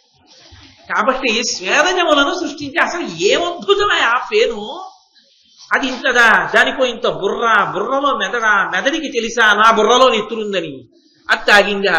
ఇన్ని వెంట్రుకల మధ్యలో పరిగెడుతోందా? అది నేను దువ్వెన్న కనిపెట్టాను కాబట్టి, కానీ ఆ కనిపెట్టినా అది రెండు పళ్ళ మధ్యలో దూరి తప్పుకుంటుంటుందా మళ్ళీ? అప్పుడు మళ్ళీ అమ్మ మొట్టికాయ కొట్టి కూర్చోబెట్టి ఇలా ఇలా ఇలా ఇలా వెతికి తీయాలా? అమ్మా పిల్ల అని చూసి కోతి పిల్ల నేర్చుకున్నాయా? ఏం ఆశ్చర్యం పరమేశ్వర! అసలు ఏమిటి నిర్మాణం? ఓ భగవన్, ఇటువంటి సృష్టికర్త మీరు, ఇటువంటి వ్యూహం మీది. కాబట్టి స్వేదజములను సృష్టించారు, ఉద్భుజములు. అంతకన్నా అద్భుతం. ఎక్కడో ఒక గింజ వచ్చి భూమిలో పడిపోయింది, పడినట్టు మాకు తెలియదు. దాని మీద నీళ్లు పడితే భూమిని చీల్చుకుని మెల్లిగా భూమిలోంచి వివరము పైకొచ్చి అందులోంచి ఒక అంకురం ఇలా వచ్చి 2 బద్దలు వచ్చి అది విచ్చుకుని చిగురుటాకు పుట్టి మెల్లిగా పెరిగి పెద్దదవడమా? అసలు ఎవరు పెట్టిన రూపకల్పన ఇదంతా? ఏమిటి అద్భుతం! ఈశ్వర, ఎన్ని ప్రాణులు ఇలా జరాయుజములుగా, అండజములుగా, స్వేదజములుగా, ఉద్భుజములుగా ప్రాణులను సృజించి పెంచి పెద్ద చేసి లయం చేస్తున్నారా? ఓ హే భగవన్, మీరు చేసినటువంటి ఈ సృష్టిని, ఈ సృష్టిలోని సారాన్ని తెలుసుకోవడానికి సత్వగుణావలంబకులై వేదాన్ని చదువుకుని ఎవరికీ అపకారం చేయకుండా పరమ భాగవతోత్తములై పవిత్ర జీవనాన్ని గడుపుతున్నటువంటి సాధు పురుషుల జోలికొచ్చి కాలకేయాది రాక్షసులు ఎంతో ఇబ్బంది పెడుతున్నారు, ఎందరినో సంహారం చేస్తున్నారు. దీనికి ఇక మార్గం లేదా? ఎందుకని? వాళ్ళు మేము చంపుదామంటే సముద్రం అడుగుకి వెళ్ళిపోతున్నారు. రాత్రి చీకటి పడిపోయిన తర్వాత సముద్రం అడుగు నుంచి పైకి వస్తున్నారు. పైకి వచ్చి అందరినీ చంపేస్తున్నారు. తెల్లవారేటప్పటికి అడుగుకి వెళ్ళిపోతున్నారు. సముద్రం అడుగునున్న వాళ్ళు మాకు ఎలా కనిపిస్తారు? కనిపించరు. కాబట్టి దీనికి పరిష్కారం ఏమిటి? మీరే చెప్పాలని అడిగారు విష్ణువుని. ఆయన అన్నారు వెంటనే, కాలకల్పులు ఉగ్రతేజులు కాలకేయుల భూరి రత్నాలయస్తుల వీర్యవంతుల అర్ణవంబ సమస్త సత్వాళి తోపక వట్టివన్ విషయంబు బగున్ వధింపగా పోలతుండు విధంబునన్ పరిపూర్ణ వార్ధి జలోన్నతిన్. వాళ్ళు కాలకల్పుల నుగ్రతేజుల కాలకేయుల భూరి రత్నాలయస్థుల వీర్యవంతుల అర్ణవంబు సమస్త సత్వాళి తోపక వట్టివన్ విషయంబగున్ వధింపగా పోలతుండు విధంబునన్ పరిపూర్ణ వార్ధి జలోన్నతి. వాళ్ళు యముడితో సమానమైనటువంటి ఉగ్రతేజస్సున్న వాళ్ళ కాలకేయులు. వాళ్ళంత తేలిగ్గా సంహరింపబడరు. వాళ్ళు ఎదురుగుండా కనపడితేనే కొట్టగలరు మీరు. వాళ్ళు కనపడరు, సముద్రం అడుగునున్నారు. సముద్రం అడుగున ఉన్నటువంటి వాళ్ళు మీకు కనపడాలి అంటే సముద్రంలో ఉన్న నీటిని తాగేయాలి. ఎవరన్నా నీటిని అంతటినీ తీసేయాలి. నీటిని తీసేస్తే ఎక్కడ పోసేస్తారు? పోసేస్తే సముద్రపు ఒడ్డున ఉన్నటువంటి నగరాలన్నీ నశించిపోతాయి. కాబట్టి సముద్రం నీళ్ళని పైకి పోయకూడదు. కాబట్టి సముద్రంలో ఉన్న నీటినంతటినీ తాగేవాడు దొరకాలి. ఆ నీళ్ళన్నీ గుటుక్కును గుచ్చేసుకునేవాడు ఉంటే, పైగా మీరు తోడడం మొదలు పెడితే వీళ్ళు తోడుతున్నారని తెలుసుకుని వాళ్ళు పారిపోతారు. కాబట్టి తోడడం మీరు వెంటనే ఒక రాత్రిలో అయిపోతుందా, ఒక పగల్లో అయిపోతుందా? సముద్రంలో నీళ్ళు అవదు. కాబట్టి అక్కడికి వెళ్ళి సముద్రంలో ఉన్న నీళ్లనన్నింటినీ కూడా చటుక్కున ఓ గ్లాసులో ఉన్న నీళ్లు గడగడా తాగినట్టు తాగేసేవాడు ఉండాలి. అంతటి మహాసమర్థుడు ఈ భూమండలమునందెవరో తెలుసా? ఒక్క అగస్త్య మహర్షే. కాబట్టి వరుణజలంబుల మిత్రావరుణతనూజుండు వీర్యవంతుండై చెచ్చర ద్రావనోపు ఇందర నరుగుడు ప్రార్థింపుడం మహాత్మునగస్త్యున్. అది విష్ణువు యొక్క మాట అంటే అలా ఉంటుంది. వరుణజలంబుల మిత్రావరుణతనూజుండు. వరుణజలంబుల సముద్రంలో ఉండేటటువంటి జలరాశినంతటినీ త్రాగగలిగిన వాడు ఎవరంటే మిత్రావరుణులకు జన్మించిన వాడు తాగగలడు. అంటే తండ్రి గారి రూపాన్నే కాబట్టి, కొడుకు కాబట్టి పొందేస్తాడు. మిత్రావరుణులు అంటే సూర్యుడు వరుణుడు వాళ్ళిద్దరి యొక్క బిడ్డ అగస్త్యుడు. అదేమిటంటే వాళ్ళిద్దరు పురుషులు కదా అంటే అదో చమత్కారం. మహానుభావుడైనటువంటి వశిష్ఠుడు అగస్త్యుడు కుంభసంభవులు. వాళ్ళిద్దరు ఎలా పుట్టారు అంటే, ఒక సమయం నేను మీతో మనవి చేశా, ఊర్వశి శ్రీ మహావిష్ణువు యొక్క ఊరువులు తొడలోంచి పైకొచ్చింది. ఒక రోజున సూర్య భగవానుడు వెళ్ళిపోతున్నాడు. ఆ సూర్య భగవానుడు ఊర్వశిని చూశాడు. ఆమె అందచందాలు చూసి ఆయన వీర్యము స్ఖలనమైంది. ఆమె పొందుకోరి. అలాగే వరుణుడు చూశాడు. ఆయన యొక్క వీర్యము స్ఖలనమైంది. ఆమె పొందుకోరి. వెంటనే ఊర్వశి ఏం చేసిందంటే సూర్యుని యొక్క వీర్యాన్ని వరుణుడి యొక్క వీర్యాన్ని తీసుకెళ్లి ఒకే కుంభమునందు పోసింది. ఒక పాత్ర ఎందు పోసింది. పోస్తే అందులోంచి 2 పిల్లలు పైకొచ్చారు. వాళ్లే కుంభసంభవులు అంటారు. అగస్త్య మహర్షి, వశిష్ఠుడు. నాకు తెలుసు ఇలాంటివి మీరు విన్నప్పుడు అదేమిటండి సూర్యనారాయణమూర్తి అంటే అంత ఉపాసన చేస్తాం, అంత నమస్కారం పెడతాం, వరుణుడు పశ్చిమ దిక్కుకు అధిపతి, వాళ్ళు కూడా అంత అన్యాయమైన ప్రవర్తనలో ఉంటారా అని మీకు అనుమానం వస్తుంది. నేను ఎన్నో పర్యాయాలు మీతో మనవి చేశాను. మహాపురుష జననము జరగాలి అని నిర్ణయాన్ని పరదేవత చేస్తుంది ఒకప్పుడు. ఆ తల్లి ఈ జగత్ సృష్టి స్థితి లయములను చెయ్యగలిగినది. ఆ పరదేవత ఆలోచన చేస్తుంది, ఒక మహాపురుషుడు జన్మించాలి, వాడి వలన లోకానికి భవిష్యత్తులో ప్రయోజనం ఉంటుంది. అటువంటి మహాపురుషుడు పుట్టాలి అంటే ఇంకొక మహాపురుషుడి తేజస్సులోంచే పుట్టాలి. ఒక పనికి మాలిన వాడి తేజస్సులోంచి ఒక పనికొచ్చేవాడు రావడం కష్టం. ఒక మహాపురుషుని యొక్క తేజస్సులోంచి వేరొక మహాపురుషుడు ఉద్భవిస్తాడు. కాబట్టి ఆమె కామప్రచోదనం చేస్తుంది, కావాలని కామప్రచోదనం చేస్తుంది. అందుకే అమ్మవారు మన్మధుడు వశుడై ఉంటాడు అమ్మవారికి. ఆమె అనుమతి లేకుండా బాణం వేయలేడు. సూర్యుడి మీదకి వరుణుడి మీదకి మన్మథ బాణాలు పడితే కదండి వీర్యస్ఖలనం. ఎందుకు వేయిస్తుందంటే మహాపురుష జననము కొరకు చేయిస్తుంది. ఆ వీర్యము వారి ధర్మపత్నుల ఎందే ఎందుకు వాళ్ళు విడిచిపెట్టారు అంటే వాళ్ళు కూడా ఆ తేజస్సుని పట్టలేరు. కాబట్టి ఇప్పుడు ఆ తేజస్సు భూమి మీద పడిపోతే ఊర్వశి విష్ణువు యొక్క ఊరువుల నుండి వచ్చినది కనుక ఆమె గ్రహించింది, మహాపురుష జననము కొరకు జరిగింది, దానికి నేను నిమిత్తమయ్యాను. కాబట్టి ఆవిడ తీసుకెళ్లి కుంభంలో పెట్టి, ఇది భగవంతుని యొక్క అనుగ్రహం. అందుకే వాళ్ళ జననమునకు సామాన్య జననంలా ఉండదు. ఒక్క పరమేశ్వరుడు జరాయుజములుగా అండజములుగా స్వేదజములుగా ఉద్భుజములుగా సృజించగలిగిన వాడు ఆయన సంకల్పం అయితే కుంభంలోంచి ఎందుకు సృష్టించలేడు. కాబట్టి ఇప్పుడు కుంభ సంభవులై అందులోంచి బయటకు వచ్చారు అగస్త్యుడు వశిష్ఠుడు. అందుకే వాళ్ళిద్దరూ కూడా అమిత తేజోవంతులు. వాళ్ళిద్దరి యొక్క స్పర్శ లేకుండా ఏ పురాణం ఉండదు, ఏ వంశం ఉండదు. అంతటి మహాపురుషులయ్యారు. రామచంద్రమూర్తి అంతటి వాడికి గురుస్థానంలో ఉన్నారు వశిష్ఠ మహర్షి. కాబట్టి అందుకని అంటున్నారు మహానుభావుడు విష్ణువు, వరుణ జలంబుల మిత్రావరుణ తనూజుండు వీర్యవంతుండై చెచ్చెర త్రావనోపు ఇందరు అరుగుడు ప్రార్థింపుడు అమ్మహత్తును అగస్త్యున్. మీరందరూ వెళ్ళండి అగస్త్యుడి దగ్గరికి, ఆయన్ని ప్రార్థించండి. అందుకే ఆయన చాలా చిత్రమైన రీతిలో పరదేవతానుగ్రహంగా సృజింపబడ్డాడు. ఆయన తాగగలడు సముద్ర జలాన్ని. ఇప్పుడు రోమశ మహర్షి ధర్మరాజుని ఈ విషయం చెప్తూ ఒక మాట అన్నారు.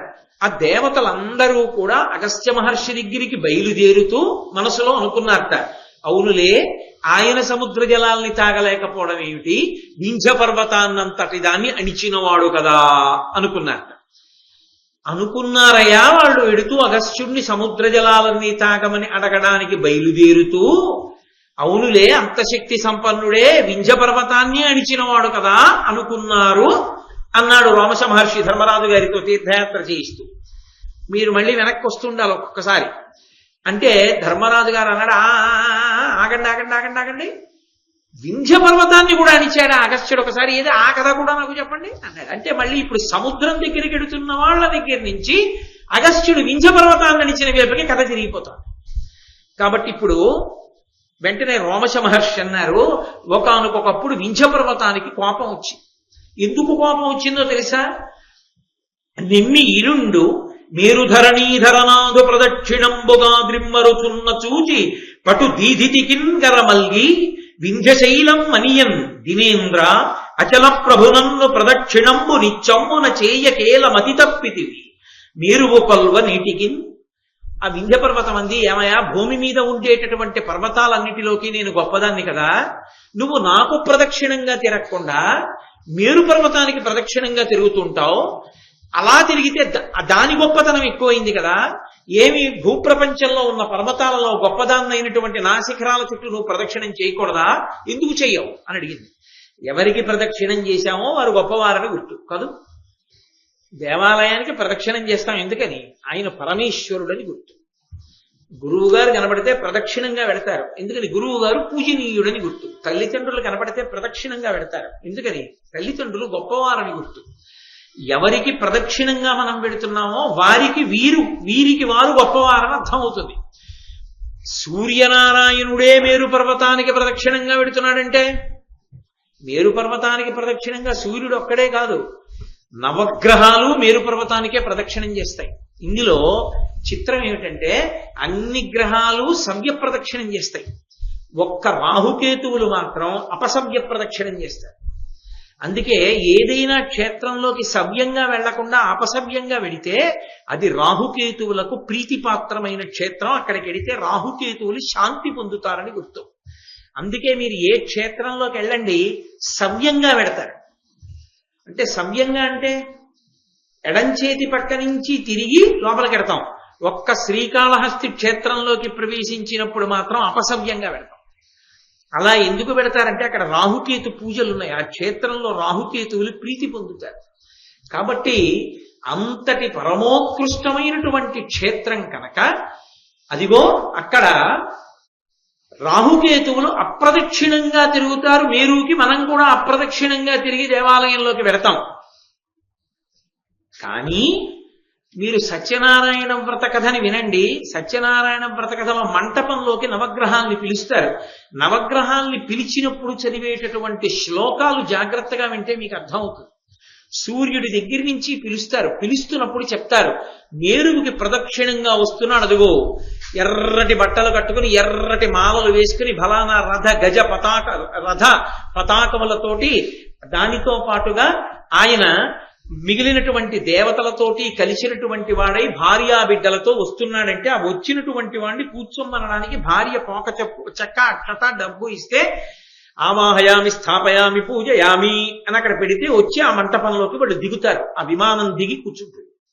అందుకే మంటపాన్ని అలా వేసి పిలుస్తారు. ఒక్క రాహుకేతువుల్ని పిలిచినప్పుడు మాత్రం అప్రదక్షిణంగా వస్తున్నారు మేరు పర్వతానికి అని పిలుస్తారు. కాబట్టి సూర్యుడు మేరు పర్వతానికి ప్రదక్షిణం చేసి తిరుగుతూ ఉంటాడు.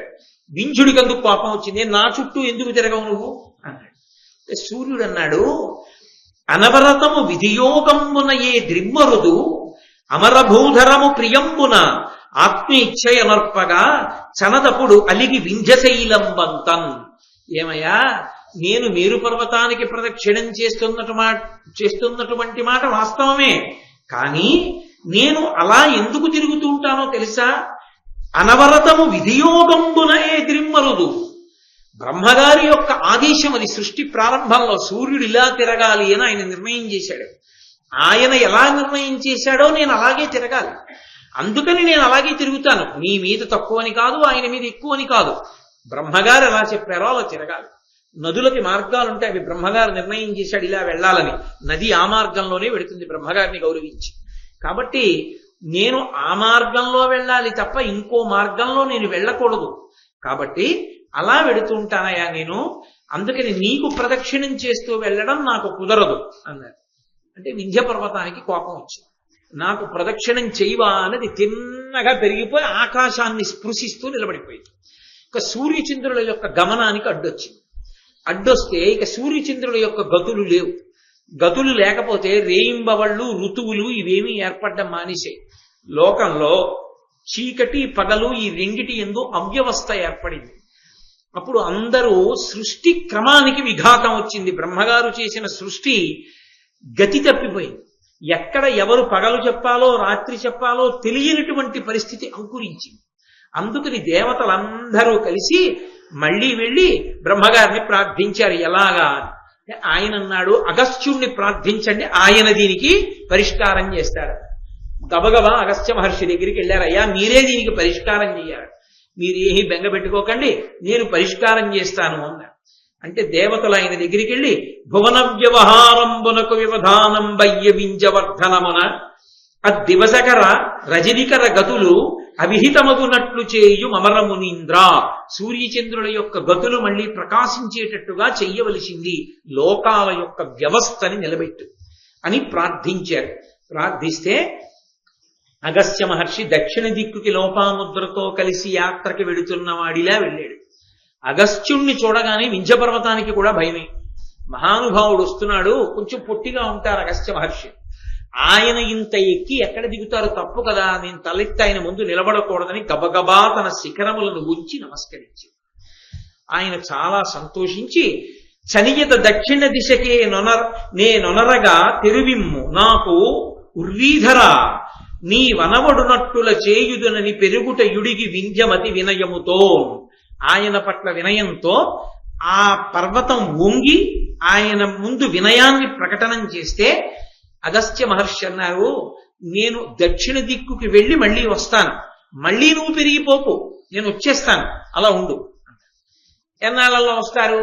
ఈలోగా అలా ఉంటే వాళ్ళని నేను ఇబ్బంది పెట్టాలి. ఇవి అగస్త్యుడితో మాట్లాడలేదుగా.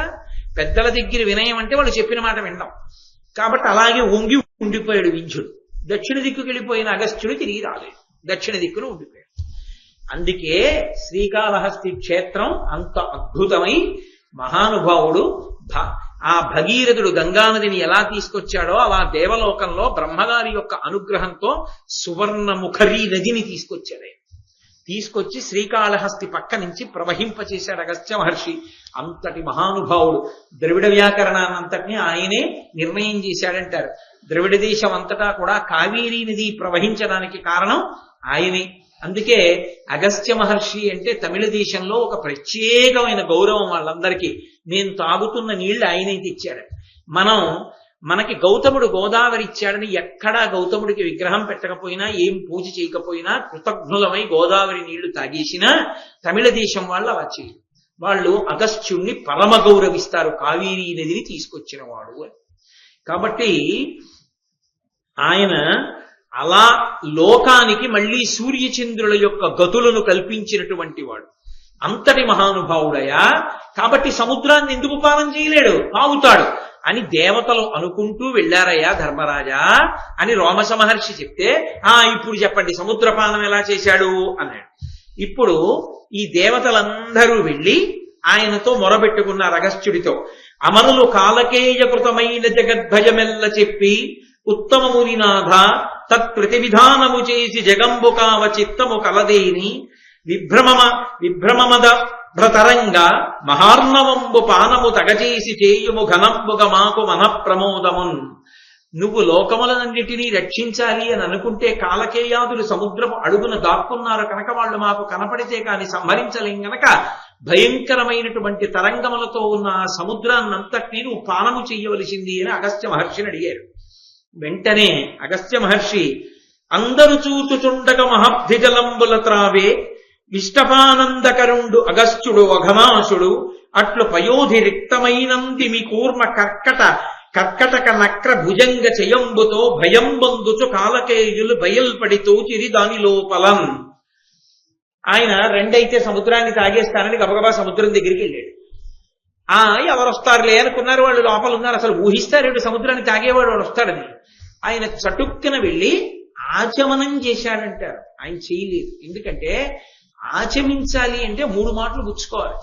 సముద్రం అంతా కలిపి అగస్త్య మహర్షి యొక్క ఇలా పుక్కిట పడితే ఒక్క మాటే సరిపోయింది, లోపలికి పుచ్చేసుకున్నాడు. ఆయన మంత్రశక్తి అటువంటి. నర్మదా నది వరదలనన్నిటినీ తన కమండలంలోకి పట్టారు శంకరాచార్యులు వారు. ఎలా పడతారు? అదే వెనక్కి తీసుకొచ్చే పద్ధతి ఉంటుంది. ముందుకు ఎలా విస్తరిస్తారో విస్తరించిన దాన్ని వెనక్కి కూడా తీస్తారు. మనకి చూడండి బీటింగ్ రిట్రీట్ అంటారు. మళ్ళీ వెనక్కి వెళ్ళిపోవడం. రిపబ్లిక్ డే నాడు ప్రొసెషన్ వెళ్తుంది, మర్నాడు బీటింగ్ రిట్రీట్ వెనక్కి వెళ్తుంది. అలా ముందుకు విస్తరించినటువంటిది ఈశ్వర శాసనం. దాన్ని వెనక్కి తేగలగడం యోగ బలం. తంతు అంటారు, ముందుకెడుతుంది. దూదిని పట్టుకుని ఇలా ఇలా ఇలా ఇలా ఇలా ఇలా సాగదీస్తారు. మా చిన్నతనంలో ఒత్తులు చేయడానికి కచ్చికిని ఇలా ముట్టుకుంటూ ఆవు పాలలో తడుపుకుంటూ ఇలా ఇలా ఇలా ఇలా పత్తి పట్టుకుని ఇలా లాగుతుండేవారు ఆవు పాలలో చేపెడుతూ. అది పెద్ద పొడుగ్గా వస్తున్నప్పుడు దాన్ని పేటలు వేసి తుంపి ఒత్తులు చేసి దీపం పెట్టుకోవడానికి సిద్ధం చేసేవారు. అలా తంతు అంటారు. ఆ దూదిలోంచి తంతువుగా తీగ పెడుతుంది. ఇప్పుడు తీగని మళ్ళీ తీసుకెళ్లి దూదిగా చేయగలవా? చెయ్యగలరు, యోగశక్తి ఉంది. అలా వరదలు రావడం ఈశ్వర శాసనం. వరదలన్నింటినీ ఒక్క కమండలంలోకి పట్టేయగలగడం యోగశక్తి. అది ఆ శక్తి ఉన్నవాడు చేస్తాడు. నీకు లేదు కాబట్టి అలా ఎలా చేస్తారని అడగకూడదు. మీరు ఎలా కోస్తారండి గుండెని అడగకూడదు. డాక్టర్ గారికి వచ్చు కాబట్టి కోస్తాడు. కాబట్టి నువ్వు కొన్ని చూడలేదు కాబట్టి నీ బతుకులో వాడెవడో అలా చేయడం చెప్పడానికి నువ్వు సరిపో. నువ్వు చూడలేకపోయావు, నీ దరిద్రం, అంతే, దురదృష్టం తప్ప. నేను చూడలేదు కాబట్టి వాడెవడో చేయలేడండి అనడం మాత్రం చాలా సాహసం. ఆ మాట అనకూడదు. రాష్ట్రపతిని ఎన్నుకోవడం నువ్వు చూసావా? రాష్ట్రపతిని గౌరవిస్తున్నావా లేదా? పేపర్లో చదువుకుని రాష్ట్రపతిని గౌరవిస్తున్నావే. ఎన్నిక చూడకపోయినా ఒక మహాపురుషుడు అలా చేస్తాడని పుస్తకంలో ఉంటే చదివి నమ్మకడానికి నీకేమిటి అభ్యంతరం? మరి అక్కడ నీకు నమ్మకం ఉందా, ఇక్కడ నమ్మకం లేదా? అంటే ఓ చోట నమ్మకం ఉండి ఓ చోట నమ్మకం లేనివాడు వీధులెక్కి ప్రసంగం చేసేవాడివే. ఎలా నీ గురించి నేను విశ్వాసంలోకి తీసుకోవడం? కాబట్టి అది ధూర్తతనం, అలా మాట్లాడకూడదు, తప్పది. కాబట్టి సముద్రాన్నంతటినీ కూడా ఆయన ఒక్కసారి పానం చేసేసాడు. పానం చేసేస్తే సముద్రం లోపల ఉండేటటువంటి ప్రాణులన్నీ కూడా చేపల దగ్గర నుంచి, ఎండ్రకాయల దగ్గర నుంచి, మొసళ్ల దగ్గర నుంచి, పాముల దగ్గర నుంచి అన్ని ఒక్కసారి కనబడ్డాయి. మొత్తం నీళ్లు తాగేశాడు కదా. కనబడినప్పుడు కాలకేయులు అనుకున్నారు రాత్రి కదా మనం వెళ్ళాలని పడుకున్నారు. నీరు తీసేయగానే వాళ్ళు కనబడ్డారు. కనబడగానే దేవతలందరూ ఆయుధాలు పట్టుకుని సిద్ధంగా ఉన్నారు కదా, అదిగోరా అన్నారు, వేసేశారు ఆయుధాలు. వెయ్యగానే కాలకేయాది రాక్షసులందరూ చనిపోయారు, కొందరు ఓడిపోయారు, కొందరు పారిపోయారు, కొందరు పాతాళ లోకంలోకి వెళ్ళిపోయారు. వెళ్ళిపోయిన తరువాత ఇప్పుడేమైందంటే అక్కడ ఉన్నటువంటి నీళ్లన్నింటినీ అగస్త్య మహర్షి పుచ్చేసుకుని చూస్తున్నారు. కాసేపు యుద్ధం అయింది. యుద్ధం అంతా అయిపోయిన తర్వాత వాళ్ళందరూ పారిపోయారు, చచ్చిపోయారు. ఆ గొడవంతా తీరిపోయింది అమ్మాయి అనుకుని, ఇంత పెద్ద బురద ఇది, ఇలా ఉండకూడదు, మళ్ళీ సముద్రం ఉండాలి కదా అని చెప్పి అగస్త్య మహర్షిని అన్నారు. అయ్యా మీరు వదిలిపెట్టేసేయండి, తాగిన నీళ్లు మళ్ళీ వదిలిపెట్టేస్తే సముద్రాలు నిండిపోతాయి అన్నాడు. ఆయన అన్నాడు, మున్న జీర్ణంబయ్య మున్నీటి నీరు నా కడుపున, నేనింకా బడయనేర జలరాశి నిండంగ జలముండు నావుడు అమరులు మునులును కమలగర్భుగానంగదని దేవా మీనాకరంబేమి తెరగున నిండు మా కెరుగ చెప్పుమా అని నా విన్నపంబు చేసిన పెద్ద పొద్దు చింతించి వారలకు విరించి ఎనియే వనది పెద్ద కాలమున భగీరథుడను వాడు ఇంచుగాని వసుధ నరులు పూని దీని నింపగానోపరణవుడు అమరవరులు మునులు అరిగి అరినా. వీళ్ళందరూ కూడా అగస్త్యుడు వంక తిరిగి అన్నారు, అయ్యా మీరు పుచ్చుకున్న నీళ్లు వదిలేస్తే సముద్రం నిండిపోతుంది, మనం వెళ్ళిపోదాం అన్నారు. ఆయన అన్నాడు, మీరు నన్ను పుచ్చుకోమని చెప్పారు కానీ మళ్ళీ వదిలిపెట్టాలని నాకు చెప్పలేదు. అవి జీర్ణం అయిపోయాయి, నాలో లేవు. ఇప్పుడు నేను ఎక్కడి నుంచి నా నీళ్ళు అన్నాడు. అమ్మ బాబోయ్, ఇది ఎక్కడికి కూడా సముద్రం లేదంటున్నాడు, జీర్ణం అయిపోయింది అంటున్నాడని అందరూ కలిసి వాటి బ్రహ్మగారి దగ్గరికి వెళ్ళారు. అయ్యా మేము మాట్లాడడంలో పొరపాటు వచ్చింది, ఈయన్ని తాగమన్నా మళ్ళీ వదలాలని చెప్పలేదు. మేము తీరా రాట్ల సంహారం చేసి వదలమంటే ఆయన అన్నారు జీర్ణం అయిపోయాయి అన్నారు. ఆయన అడగడానికి మేము సరిపోం, మాదే కదా తప్పు. కాబట్టి ఇప్పుడు మళ్ళీ సముద్రాలు ఎలా నిండుతాయి అన్నారు. అంటే బ్రహ్మగారు కాసేపు కళ్ళు మూసుకుని తెరిచి చిరునవ్వు నవ్వి అన్నాడు, దాన్ని నింపేవాడెవడు లేరా ఇప్పుడు. ఇంకా భగీరథుడని ఒక ఆయన వస్తాడు, ఆయన వల్ల మళ్ళీ సముద్రాలన్నీ నిండుతాయి నీళ్లతో. కాబట్టి మీరు పోండి, మీ పనులు మీరు చేసుకోండి అన్నాడు. కాబట్టి పెద్ద బురద కయ్యలు ఉండిపోయి, చాలా కాలం నీళ్లు ఉండిపోయాయి కదా మరి. అందుకని సముద్రానికి బదులుగా పెద్ద పెద్ద బురదతో కూడిన కయ్యలు ఏర్పడిపోయి ఉండిపోయి. ఒక్కొక్కసారి పురాణానికి కావ్యానికి పురాణానికి తేడా వస్తుంది. ఇప్పుడు మీరు చదివేటటువంటి ఘట్టాల్లో తేడాలు కనపడతాయి. కంగారు పడకండి, నేను దానికి ఎందువల్ల వస్తుందో ఆఖరణ చెప్తాను. కాబట్టి పక్క వాళ్ళని తొడగొట్టేసి, మోకాలు కొట్టేసి, భుజాలు కొట్టేసి దాని గురించి వెంటనే అల్లరి పడిపోకండి. కాబట్టి అప్పుడు ఇలా కొంతకాలం నడిచిన తరువాత ఇక్ష్వాకు వంశంలో సగరుడు అనబడేటటువంటి చక్రవర్తి ఉద్భవించాడు. ఆ సగరుడు అనేటటువంటి చక్రవర్తి హైహయులను జయించినటువంటి వాడై సమస్త భూమండలాన్ని పరిపాలిస్తున్నాడు. కానీ ఆయనకి పుత్ర సంతానం లేదు. ఆయన కొడుకుల కోసమని తన భార్యలైనటువంటి వైదర్భితో, శైబ్యతో, ఇక్కడ కూడా భార్యల పేర్లు తేడా. శ్రీరామాయణంలో ఉన్నటువంటి భార్యలు కేశిని, సుమతి. ఇక్కడికి వచ్చేటప్పటికి వైదర్భి, శైబ్య, ఈ ఇద్దరు భార్యలతో సగరుడు పరమశివుడి గురించి తపస్సు చేశాడు. పరమశివుని గురించి తపస్సు చేస్తే పరమశివుడు ప్రత్యక్షమయ్యాడు సగరుడికి. అక్కడ భృగు మహర్షి యొక్క అనుగ్రహంతో పుట్టారు రామాయణంలో. భారతంలో పరమశివానుగ్రహంతో పుడుతున్నారు. తేడా ఉంది. అంటే వ్యాసుడు ఒకలా, వాల్మీకి ఒకలా రాశారా అండి అని తొందరపడిపోకండి. కాబట్టి పరమశివుడు ప్రత్యక్షమై అన్నారు, వైదర్భికి 16,000 మంది జన్మిస్తారు, శైబ్యకి ఒక్కడే కొడుకు పుడతాడు. వైదర్భికి జన్మించిన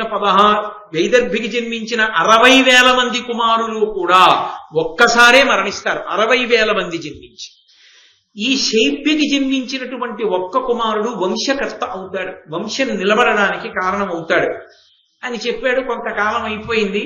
ఆయన చెప్పినట్టే శైబ్యకి ఒక కుమారుడు జన్మించాడు. ఆయనకి అసమంజసుడు అని పేరు పెట్టాడు సగరుడు. ఈమెకి ఈ వైదర్భికి సంతానం కలగకపోగా ఒక సొరకాయ లాంటిది ఒకటి పుట్టింది. ఆమె సొరకాయ పుట్టింది ఏమిటని అలిగి వీధిలో పడేయమని అశరీరవాణి పలికింది. అది బయట పడేయకండి, దాదులకిచ్చి నీతి కుండలలో పెట్టండి, అందులోంచి 60,000 మంది పుత్రులు వస్తారని. అలాగే దాచారు. అందులోంచి 60,000 మంది పుత్రులు పైకి వచ్చారు. వాళ్ళందరికీ సగరుని యొక్క కుమారుడు కనుక వాళ్ళకి సగరులు అని పేరు వచ్చింది. వాళ్ళు ఎప్పుడూ కూడా ఆకాశంలో తిరుగుతూ ఉండేవాళ్ళు. వాళ్ళు పుట్టుకతో అనంతమైనటువంటి శక్తి సంపన్నులు. వాళ్ళు దేవతా కార్యములను చెడగొడుతూ దేవతలను భయపెడుతూ బాధ పెడుతూ తిరుగుతున్నారు. అలా తిరుగుతుంటే దేవతలకి ఆగ్రహం కలిగి వెళ్లి చతుర్ముఖ బ్రహ్మగారిని అడిగారు, ఏది 60,000 మంది ఒక్కసారి పుట్టడం ఏమిటి, విమానాలకి తిరగడం ఏమిటి, లోకాలన్నీ పాడు చేయడం ఏమిటి, 60,000 మంది ఎలా చచ్చిపోతారని అడిగారు. ఆయన అన్నాడు నవ్వి, వాళ్ళు మహోత్సాహవంతులరా, మీరు భయపడకండి, వాళ్ళందరూ కలిపి ఒక్కసారే చచ్చిపోతారు. ఒక్కసారే వాళ్ళు అగ్నిలో దగ్ధమైపోయి బూది కుప్పలుగా పడిపోతారు. కాబట్టి మీరు వాళ్ళ గురించి ఏం బెంగపెట్టుకోకండి, మీ పనుల మీద మీరు వెళ్ళిపోండి, వాళ్ళది అల్పాయుద్ధాయం, వాళ్ళు ఎక్కువ ఉండరన్నాడు. కాబట్టి వాళ్లే మడిచిపోతారులే అని దేవతలు వెళ్ళిపోయారు.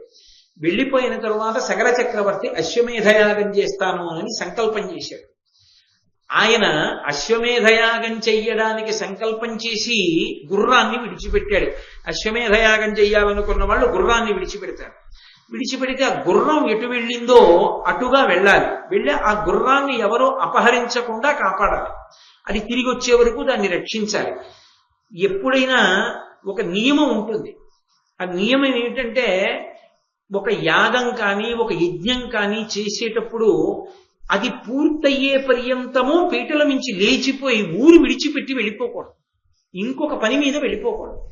అలా వెళ్ళిపోయారనుకోండి, అలా యజమానిగా ఎవరు కూర్చున్నాడో ఆయన కుటుంబం, చేయించినటువంటి ఋత్విక్కులు, అది చూసిన వాళ్ళు అందరూ నశించిపోతారు. కాబట్టి తెలిసి కూర్చోవాలి కూర్చునేవాడు. అందుకే పీటల మీద కూర్చోడానికి ఎవరిని పడితే వాళ్ళని కూర్చోబెట్టకూడదు. ధర్మం తెలిసిన్న వాడిని కూర్చోబెట్టాలి తప్ప అర్ధంతరంగా లేచిపోయి అకస్మాత్తుగా పనొచ్చిందండి అని వెళ్ళిపోకూడదు. 2, ఒకసారి దీక్షా స్వీకారం చేసి కంకణం కట్టుకున్నాడు అనుకోండి, శాస్త్రం శాస్త్రమే, ఇక ఏం జరిగినా ఆయనకి ఏ విధమైనటువంటి అశౌచము రాదు. అది కాపాడి తీరుతుందంటే కంకణం అంటే కంకణమే. ఇంకా కంకణం అంటే రక్షని ప్రసరింపచేస్తుంది. ఈశ్వరానుగ్రహాన్ని ప్రోధి చేస్తారు మంత్రముల చేత. ప్రోధి చేసి ఆ కంకణాన్ని తీసుకొచ్చి సమంత్రకంగా కట్టుకోవాలి. ఎలా పడితే అలా చెప్పులేసుకుని అది కట్టేసుకుంటే ఇంకా దాని శక్తి ఉండదు. ఎలా కట్టుకోవాలో అలా కంకణాన్ని, అంటే జలపాత్ర మీద పెట్టి కుంభం మీద చేతిని పెట్టి కట్టించుకోవాలి. భర్త అయితే భార్య చేత, భార్య అయితే భర్త చేత కట్టించుకోవాలి. అలాగే పెళ్లి కానటువంటి పిల్లలైతే తండ్రి కాని తల్లి కాని కడతారు కంకణాన్ని. కాబట్టి ఆ కంకణం ధారణ చేసిన తరువాత పీటల మించి లేవకూడదు. కాబట్టి ఇప్పుడు మరి ఏ ధైర్యం చూసుకుని విడిచిపెట్టాడు గుర్రాన్ని? ఇప్పుడు ఆ గుర్రాన్ని ఎవరైనా అపహరించారనుకోండి, పోతుంది అశ్వమేధయాగం, అక్కడతో పోయిందంతే.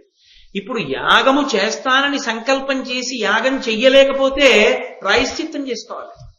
మళ్ళీ అదో బాధ వస్తుంది, సగం ఆగిపోయిందిగా యాగం పూర్తవలేదు.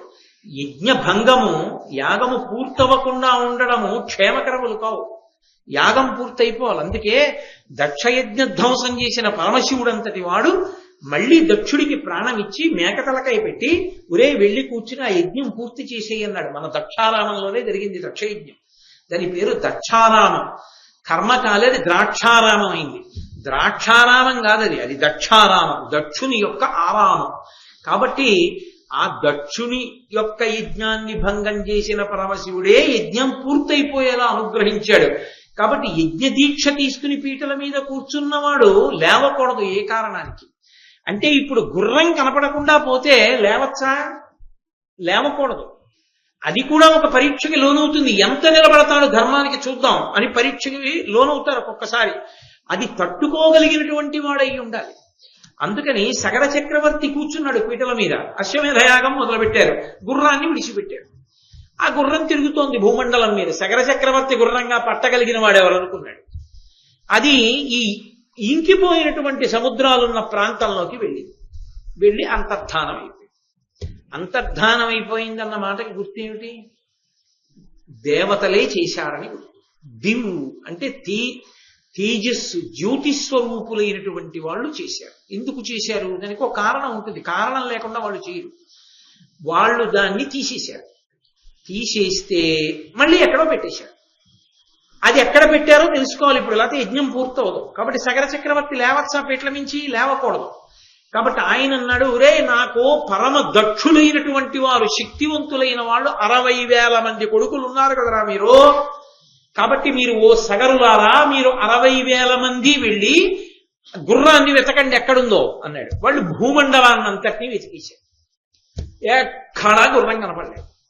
ఎక్కడా గుర్రం కనపట్టలేదంటే ఈ లోకంలో లేదు గుర్రం. ఇంకెక్కడ ఉంటుంది? ఉంటే ఊర్ధ్వలోకాల్లో ఉండాలి, లేకపోతే పాతాళ లోకంలో ఉండాలి. సాధారణంగా యజ్ఞభంగం ఎవరు చేస్తారు? రాక్షసులు చేస్తారు. రాక్షసులు ఎక్కడ ఉంటారో పాతాళ లోకంలో ఉంటారు. కాబట్టి పాతాళంలో వెతుకుతాను రండి అన్నారు. పాతాళానికి ఎలా వెళ్తారు? భూమిని తవ్వేయాలి. తవ్వాలి అంటే కొంచెం నీళ్ళవి పోసి కాస్త మెత్తమెత్తగా ఉందనుకోండి, తవ్వేయడం తేలిక. ఒరే ఎలాగో నీళ్లు ఎండిపోయాయి, బురదగా ఉంది, ఇక్కడ గోతులు తవ్వుదాని రండి అన్నారు. అని వాళ్ళు ఇంకిపోయిన సముద్రాల దగ్గర గోతులు పెట్టి పాతాళ లోకానికి వెళ్ళారు. వీళ్ళు దేవతల్ని ఇబ్బంది పెడుతున్నారనే కదూ దేవతల వ్యూహం. ఈ లోకమునంతటినీ కూడా తనదిగా భరించేటటువంటి శ్రీ మహావిష్ణువు కపిల మహర్షి రూపంలో పాతాళ లోకంలో కూర్చుని ఆయన తపస్సు చేసుకుంటున్నారు ఆ టైంలో. అంటే ఆయన అప్పటికి ఆ అవతార స్వీకారం చేసి ఉన్నారు. అవతారము అంటే ఒక్కొక్క ప్రయోజనం కోసం ఒక్కొక్కసారి ఆయన భూమండలానికి వస్తారు. ఆయన అప్పుడు ఒక ప్రయోజనానికి వచ్చారు, ఏదో దేవహూతి కర్దములకు. అందులో దేవహూతికి ప్రత్యేకంగా జ్ఞానబోధ చేయడం కోసం వచ్చింది కపిలావతారం. దానితో పాటుగా తను సృజించినటువంటి భూమిని పాడు చేస్తున్నటువంటి ఈ సగరుల జోలికి వెళ్ళి ఆ సగరుల్ని సంహరించడానికి కూడా ఆయన వచ్చాడు. కాబట్టి ఆయన తపస్సు చేసుకుంటూ కూర్చున్నాడు. మంచి జ్ఞానము కలిగిన వాడిగా ఆవిర్భవించి ఉన్నాడు కనుక ఆ సమయంలో. భూమి జోలికి వెడితే ఒకటి భగవానుడు అంగీకరించడు విష్ణు. ఎందుచేత అంటే భూమికి ఒక రహస్యం ఉంటుంది. పృథివీ సూక్త భూసూక్తం అని ప్రత్యేకంగా జరుగుతుంటారు. దానికి వసుంధర అని పేరు. సమస్త ఐశ్వర్యమునకు గని ఏది అంటే భూమి. ఈ భూమియే సమస్తమునకు ఆధారం. మనం నిలబడ్డామంటే భూమి మీదే, ఇల్లు కట్టుకుంటే భూమి మీదే, తినాలంటే భూమిలోంచే రావాలి, ఏదైనా భోగం అనుభవించాలంటే భూమిలోంచి వచ్చిందే భోగానికి కారణం. ఓ మంచం మీద పడుకోవాలనుకోండి, ఓ చెట్టు భూమిలోంచి వస్తే చెట్టునే మంచంగా మార్చుకుని పడుకోవాలి. ఓ కుర్చీ చేయించుకోవాలంటే కొయ్య కావాలంటే చెట్టు ఉండాలి. ఓ కారు చేయించుకోవాలంటే ఇనుము రావాలంటే గనిలోంచి భూమిలోంచి రావాలి. కారు పరిగెత్తాలంటే పెట్రోల్ కావాలంటే భూమిలోంచి రావాలి. సమస్త ఐశ్వర్యములకు గని భూది. ఆఖరికి పడిపోయిన వాడు కూడా చిట్ట చివరికి భూమిలోకే వెళ్ళిపోతాడు. మలమూత్రములు ఆమె ముఖం మీద విసర్జించిన నా బిడ్డలని ఆవిడ ఓర్చి పుచ్చుకుంటుంది. ఆఖరణ శరీరం పడిపోయినప్పుడు చేరిపోయేది కూడా నిజానికి ఆ తల్లి ఒడిలోకే చేరిపోతాం. అంతటి మహాస్వరూపం ఆ తల్లిది, భూదేవి. అటువంటి భూదేవి శ్రీ మహావిష్ణువు యొక్క ఇల్లాలు, ఆయన భార్య కనుక మనకి తల్లి. అటువంటి భూదేవి గమ్మత్తు ఏమిటంటే మళ్ళీ ఇదే భూమికి పార్వతీదేవి శాపం సుబ్రహ్మణ్య జననమునందు. ఎంత ఘోరమైన శాపం ఇచ్చిందంటే పార్వతీదేవి ఈ భూమి శివవీర్యాన్ని పట్టింది ఒకప్పుడు. అది ఏదైనా సహిస్తుంది కానీ ఆడది తన భర్త తేజస్సు తాను పట్టుకోవాలి తప్ప తన భర్త తేజస్సుని వేరొకరు పట్టుకుంటే, వేరొకరు వహిస్తే ఆ స్త్రీని భార్యారూపంలో ఉన్న స్త్రీ సహించలేదు. దాన్ని పార్వతీదేవి అంగీకరించలా. నా భర్త తేజస్సును నువ్వెందుకు పట్టావని, పరమహీనమైన పని చేశావు కాబట్టి హీనమైన బ్రతుకే నీకు ఇస్తున్నాను. ఏమిటో తెలుసా? తండ్రికి భార్యవే, కొడుక్కి భార్యవే నువ్వు. దారుణం కాదు? కొడుక్కి తండ్రి భార్య తల్లి తప్ప కొడుక్కి మళ్ళీ ఆమె భార్య కాదు. కానీ భూమికి భూపతులు అంటారు. తండ్రి రాజ్యం చేస్తాడు భూపతి. తండ్రి మరణిస్తే కొడుక్కి పట్టాభిషేకం అవుతుంది. కొడుకెవరు? భూపతి. అప్పుడు ఏమైంది? ఇద్దరూ భూపతులే. తండ్రికి కొడుక్కి కూడా భూమిపతులు అయ్యారు వాళ్ళు. నువ్వు అలా పిలిపించుకుంటావు. దాని వలన ఎంతో సిగ్గుపడవలసిన లక్షణాన్ని పొందవలసి వస్తుందని పార్వతీదేవి శాపం వచ్చింది భూమికి ఒకానొకప్పుడు. ఇవన్నీ మనుష్యులు తప్పు చెయ్యకూడని ఏ ఉన్నాయో, ఏ తప్పు చేస్తే అత్యంత ప్రమాదాలు వస్తాయో నిరూపణం చేశాయి కావ్యాలు, పురాణాలు. కాబట్టి ఆ తల్లి విష్ణువు యొక్క భార్య భూమి. ఆ తల్లి జోలికి వెడితే ప్రమాదం. ఆమె ఎందు 2 లక్షణములు ఉంటాయి. ఎంత ప్రజ్ఞ అయినా మనుష్యుడు పొంది ఉండవచ్చు ఈశ్వరానుగ్రహంతో. అంగుళం భూమిని పెంచలేడు, అంగుళం భూమిని తగ్గించలేడు. తనది భూమి అన్నవాడు భూమిలో కలిసిపోతాడేమో కానీ భూమిని తనతో పట్టుకుని వెళ్ళేవాడు లేడు. కానీ ఎవడు భూమిని పాడు చేసే ప్రయత్నం చేస్తాడో, భూమిలో ఉన్నవన్నీ తనవిగా చేసుకునే ప్రయత్నం చేస్తాడో, వాడు ఎప్పుడైనా ఏ యుగంలోనైనా విష్ణువు చేత బాధింపబడుతుంటాడు. మీరు చూడండి, యజ్ఞవరాహావతారం ఎందుకు ఎత్తాడు? భూమిని సముద్రంలోకి తీసుకెళ్తేనే. హిరణ్య కసిప్ అన్న మాటకు అర్థం ఏంటో తెలుసా? కసిప్ అంటే మంచం భోగించడం. అన్నీ నావి అన్నీ నావి అని భూమి మీద ఉన్నవన్నీ నావి నావంటే హిరణ్య కసిపుడిని చంపేశాడు. అప్పటి నుంచి ఇప్పటికీ భూమి జోలికి వెడితే భగవానుడు ఒప్పుకోడు. అందుకే భూమిని ఎంతవరకు వాడాలో అంతవరకే వాడాలి. అందుకే ఒక మాట చెప్తారు, పాదాలు వేసి నడుస్తున్నప్పుడు చప్పుడు వినపడకూడదు. నువ్వు నడవడానికి అవసరమైనంత దట్టించాలి తప్ప నీ కాలి చప్పుడయ్యేటట్టుగా భూమిని తన్నకూడదు. అంతే దోషం వస్తుంది. మా చిన్నతనంలో నడుస్తున్నప్పుడు చప్పుడు వస్తే దెబ్బలాడేవారు. ఏమిటో అలా నడుస్తావు, తేల్చి వేయి అడుగు, ఎందుకు అలా చప్పుడు వస్తుంది అనేవారు. చప్పుడు రాకూడదలా. కాబట్టి భూమిని దట్టించిన చప్పుడు రాకూడదు. బతుకు లేదు కాబట్టి నడవాలంతే.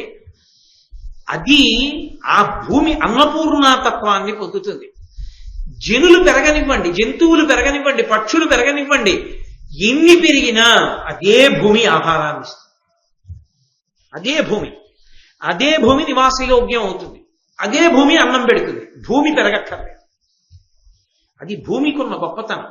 అది అన్నపూర్ణ తత్వము అని పిలుస్తారు. అది లేకపోతే అసలు బ్రతుకు లేదు, ఏ ప్రాణికి బ్రతుకు లేదు. అటువంటి తల్లి అయినటువంటి భూమి జోలికి వెడితే ఆయన అంగీకరించాడు. ఆ భూమిని గోతులు తవ్వి వాళ్ళు లోపలికెళ్ళి ఆ సగరులు 60,000 మంది కూడా కపిల మహర్షి ఆశ్రమంలో వదిలేశారు గుర్రాన్ని. వాళ్ళకి ఏం కావాలి? గుర్రం కావాలి. కనపడింది, గుర్రాన్ని తీసుకుని ఇంటికి వెళ్ళిపోతే అయిపోయింది కథ. వాళ్ళు అలా అనుకోలేదు. ధూర్తతనం ఉన్నవాళ్ళు కదూ. దొంగముని ముచ్చుముని అన్నారు భారతంలో. అయితే వాళ్ళ మాటలు అనేటప్పటికీ కపిల మహర్షి కళ్ళు తెరిచి చూశారు. ఓహో, చాలా ధూర్తతనం ఉంది రోయని ఒక్కసారి హుంకారం చేసి కోపాన్ని పొందారు. అంతే, ఆయన కోపమే అగ్నిహోత్రం అయింది. అది వచ్చి వీళ్ళ మీద పడింది. అది వచ్చి వీళ్ళ మీద పడేటప్పటికి 60,000 మంది దగ్ధమైపోయి బూది కుప్పలుగా అయిపోయారు. 60,000 మంది 60,000 బూది కుప్పలుగా పడ్డారు. పడిపోయింది. యజ్ఞం అవ్వదు, ఎందుకంటే గుర్రం లేదు. అశ్వమేధయాగం పూర్తవ్వాలంటే గుర్రం తిరిగి రావాలి. ఆ గుర్రాన్ని చంపాలి. ఆ గుర్రంతో ధర్మపత్ని రాత్రంతా పడుకోవాలి. దాని యొక్క వప అంటారు. ఆ వపని తీసి రాజు ఆ యజ్ఞంలో అగ్నిహోత్రంలో కాలుస్తూ దాని నుంచి వచ్చిన వాసన పీల్చాలి. అప్పుడు పూర్తవుతుంది. కలియుగంలో లేదు అసలు అశ్వమేధయాగం. కాబట్టి గుర్రం తిరిగి రాకుండా అశ్వమేధం ఎక్కడవుతుంది? గుర్రం కనబట్టం లేదన్నారు. గుర్రం కనబడకపోతే గుర్రం ఎక్కడుందో కనిపెట్టాలి. పంపించిన 60,000 మంది సగరులు ఏమైపోయారు? వాళ్ళు రాలేదు, ఏమైపోయారో తెలియదు. నారద మహర్షి వచ్చారు. వచ్చి ఆయన అన్నారు, ఏమయ్యా నీ కొడుకులు 60,000 మంది మరణించారు. ఇప్పుడు మరి సగరుడికి అసౌచ్యం వచ్చిందా? దీక్షా కంకణంతో ఉన్నాడు పీటల మీద. తను మాత్రం లేవకూడదు. 60,000 మంది కాలిపోయారన్నా వెళ్ళలేదు. కంగారు పడ్డాడు. రామాయణంలో అయితే పురోహితులు చెప్తారు, వెళ్ళడానికి వీలు లేదు. నువ్వు వెడితే యజ్ఞం చేయించినందుకు, ఇటువంటి యజ్ఞం చేయించినందుకు మేము కూడా సర్వనాశనం అయిపోతాం. అందుకే యజ్ఞయాగాది క్రతువుల యందు ఎప్పుడైనా సరే ఆ యాజ్ఞికమును స్వీకరించేటప్పుడు బ్రాహ్మణులు కూడా చూసుకోవాలా, చేసేవాళ్ళు సరిగ్గా చేసేవాళ్లేనా. అంతేకాని ఎవరికి పడితే వాళ్ళకి యజ్ఞాలు యాగాలు చేయించకూడదు. ధర్మశాస్త్రం అంతే. కాబట్టి నువ్వు వెళ్ళిపోతే యాగం పోతుంది, యాగం పోతే మేము కూడా నాశనం అయిపోతాం. కాబట్టి నువ్వు వెళ్ళడానికి వీల్లేదు, ఇలా ఉండవలసిందే అన్నారు. సరే ఉంటానని కూర్చున్నాడు సగరుడు. కూర్చుని, అంటే నేను రామాయణ భారతాలను కలుపుతున్నాను, మీకు ఆరణ్య పర్వంలో ఇలా ఇవన్నీ ఉండవు, నేను కలిపి చెప్తున్నాను.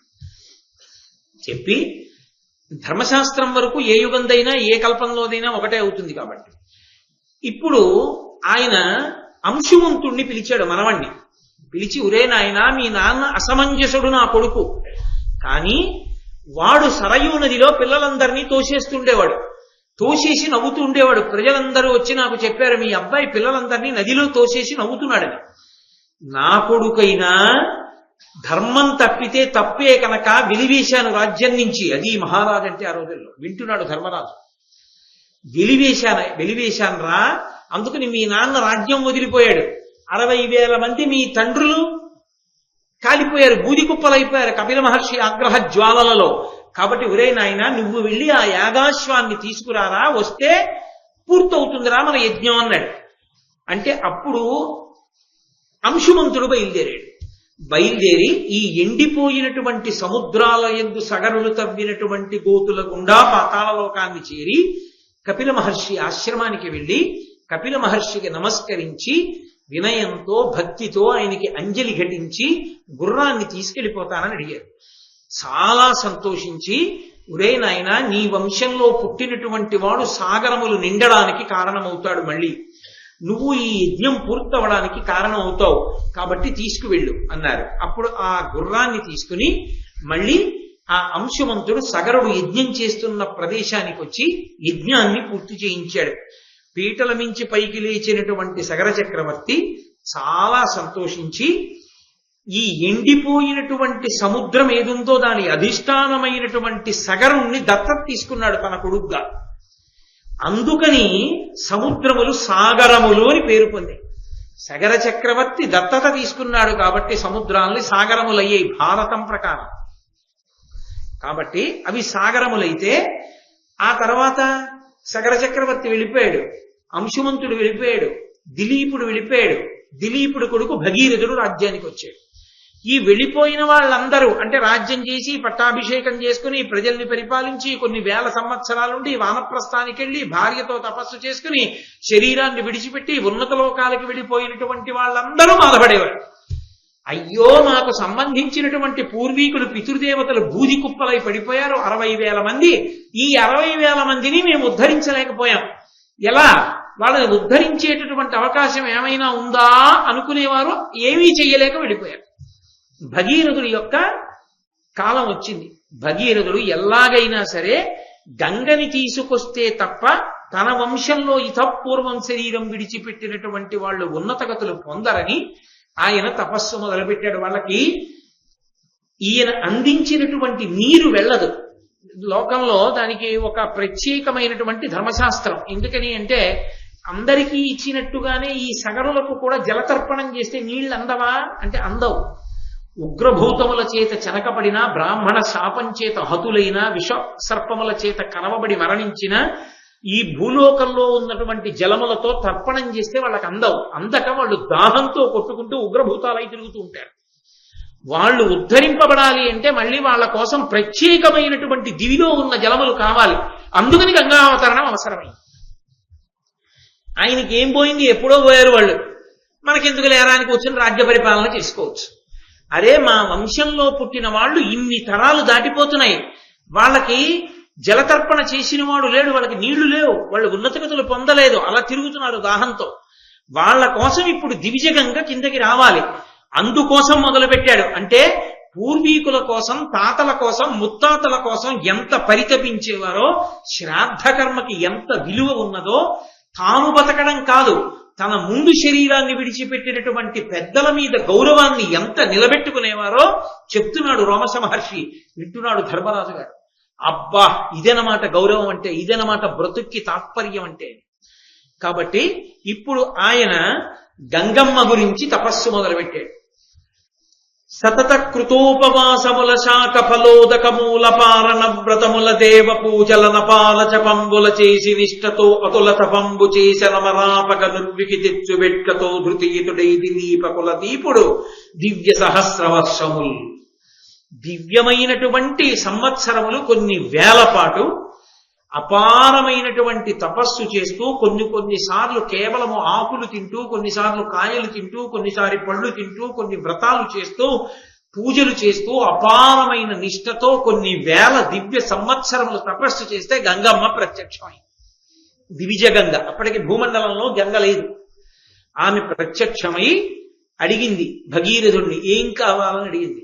మా వంశంలో పూర్వీకులు అదిగో అలా పడున్నారు బూది కుప్పలుగా, నువ్వు వచ్చి వాళ్ళందరినీ తరింప చెయ్యాలి, అందుకని నువ్వు గంగా అవతరణం జరగాలి, పాతాళ లోకానికి రా అన్నాడు. అంటే ఆవిడంది, నేను ఆకాశంలోంచి వరులతో సుడులతో ప్రవాహంతో పడిపోతే ఈ భూమి అంతా కూడా స్వరూపాన్ని కోల్పోతుంది, తట్టుకోలేదు. అందుకని నన్ను భరించగలిగిన వాడు ఒకడు ఉండాలి మధ్యలో, నన్ను భరించగలిగిన వాడు పరమశివుడు ఒక్కడే. కాబట్టి నువ్వు పరమశివుణ్ణి వేడుకో, ఆయన వచ్చి నించుంటానంటే గంగావతరణం జరుగుతుంది అన్నాడు. అంటే మళ్ళీ భగీరథుడు వెళ్లి పరమశివుడి గురించి తపస్సు చేసి ఆయన్ని వేడుకున్నాడు. అంగీకరించాడు పరమశివుడు. వచ్చి ఆయన హిమవత్ పర్వత ప్రాంతమునందు నించున్నాడు. ఇలకుంగంగ తరంగ సంగతులతో నీతించే ఆశాంతరంబులు ఆకాశము కప్పుచుందగ మహాభూత ప్రపంచంబుతో చిలువైయుండగదానినీశ్వరుడు దాల్చన్ సంగతోత్తుంగ పింగళ జూటాగ్రమునందు పద్మదళ సంకాశంబుగా లీలతో. అరుణ జటేశ్వరుడు అన్న పేరు ఈ పద్యంలోంచి వచ్చింది. ఆయన హిమావత్ పర్వత ప్రాంతం మీద నించుని పెద్ద జటాజూటాన్ని విప్పి నించుంటే ఆ మొసళ్లతో పాములతో ఎండ్రకాయలతో చేపలతో గంగమ్మ ఆకాశం నుంచి తెల్లటి తామర పూల పరంపర పడినట్టుగా పడుతుంటే దాన్ని పరమశివుడు పట్టాడు.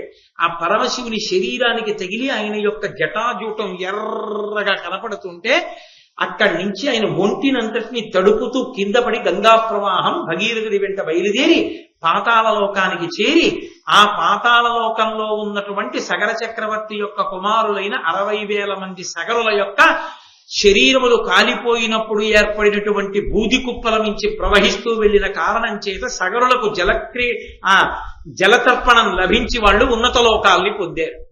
భగీరథుడి వెంట గంగ వచ్చింది కాబట్టి భాగీరథి అని భూలోకంలో పిలువబడింది. ఈ వచ్చినటువంటి గంగా ప్రవాహాన్నంతటినీ కూడా పరమేశ్వరుడు నిర్ణయం చేశాడు బ్రహ్మగారు.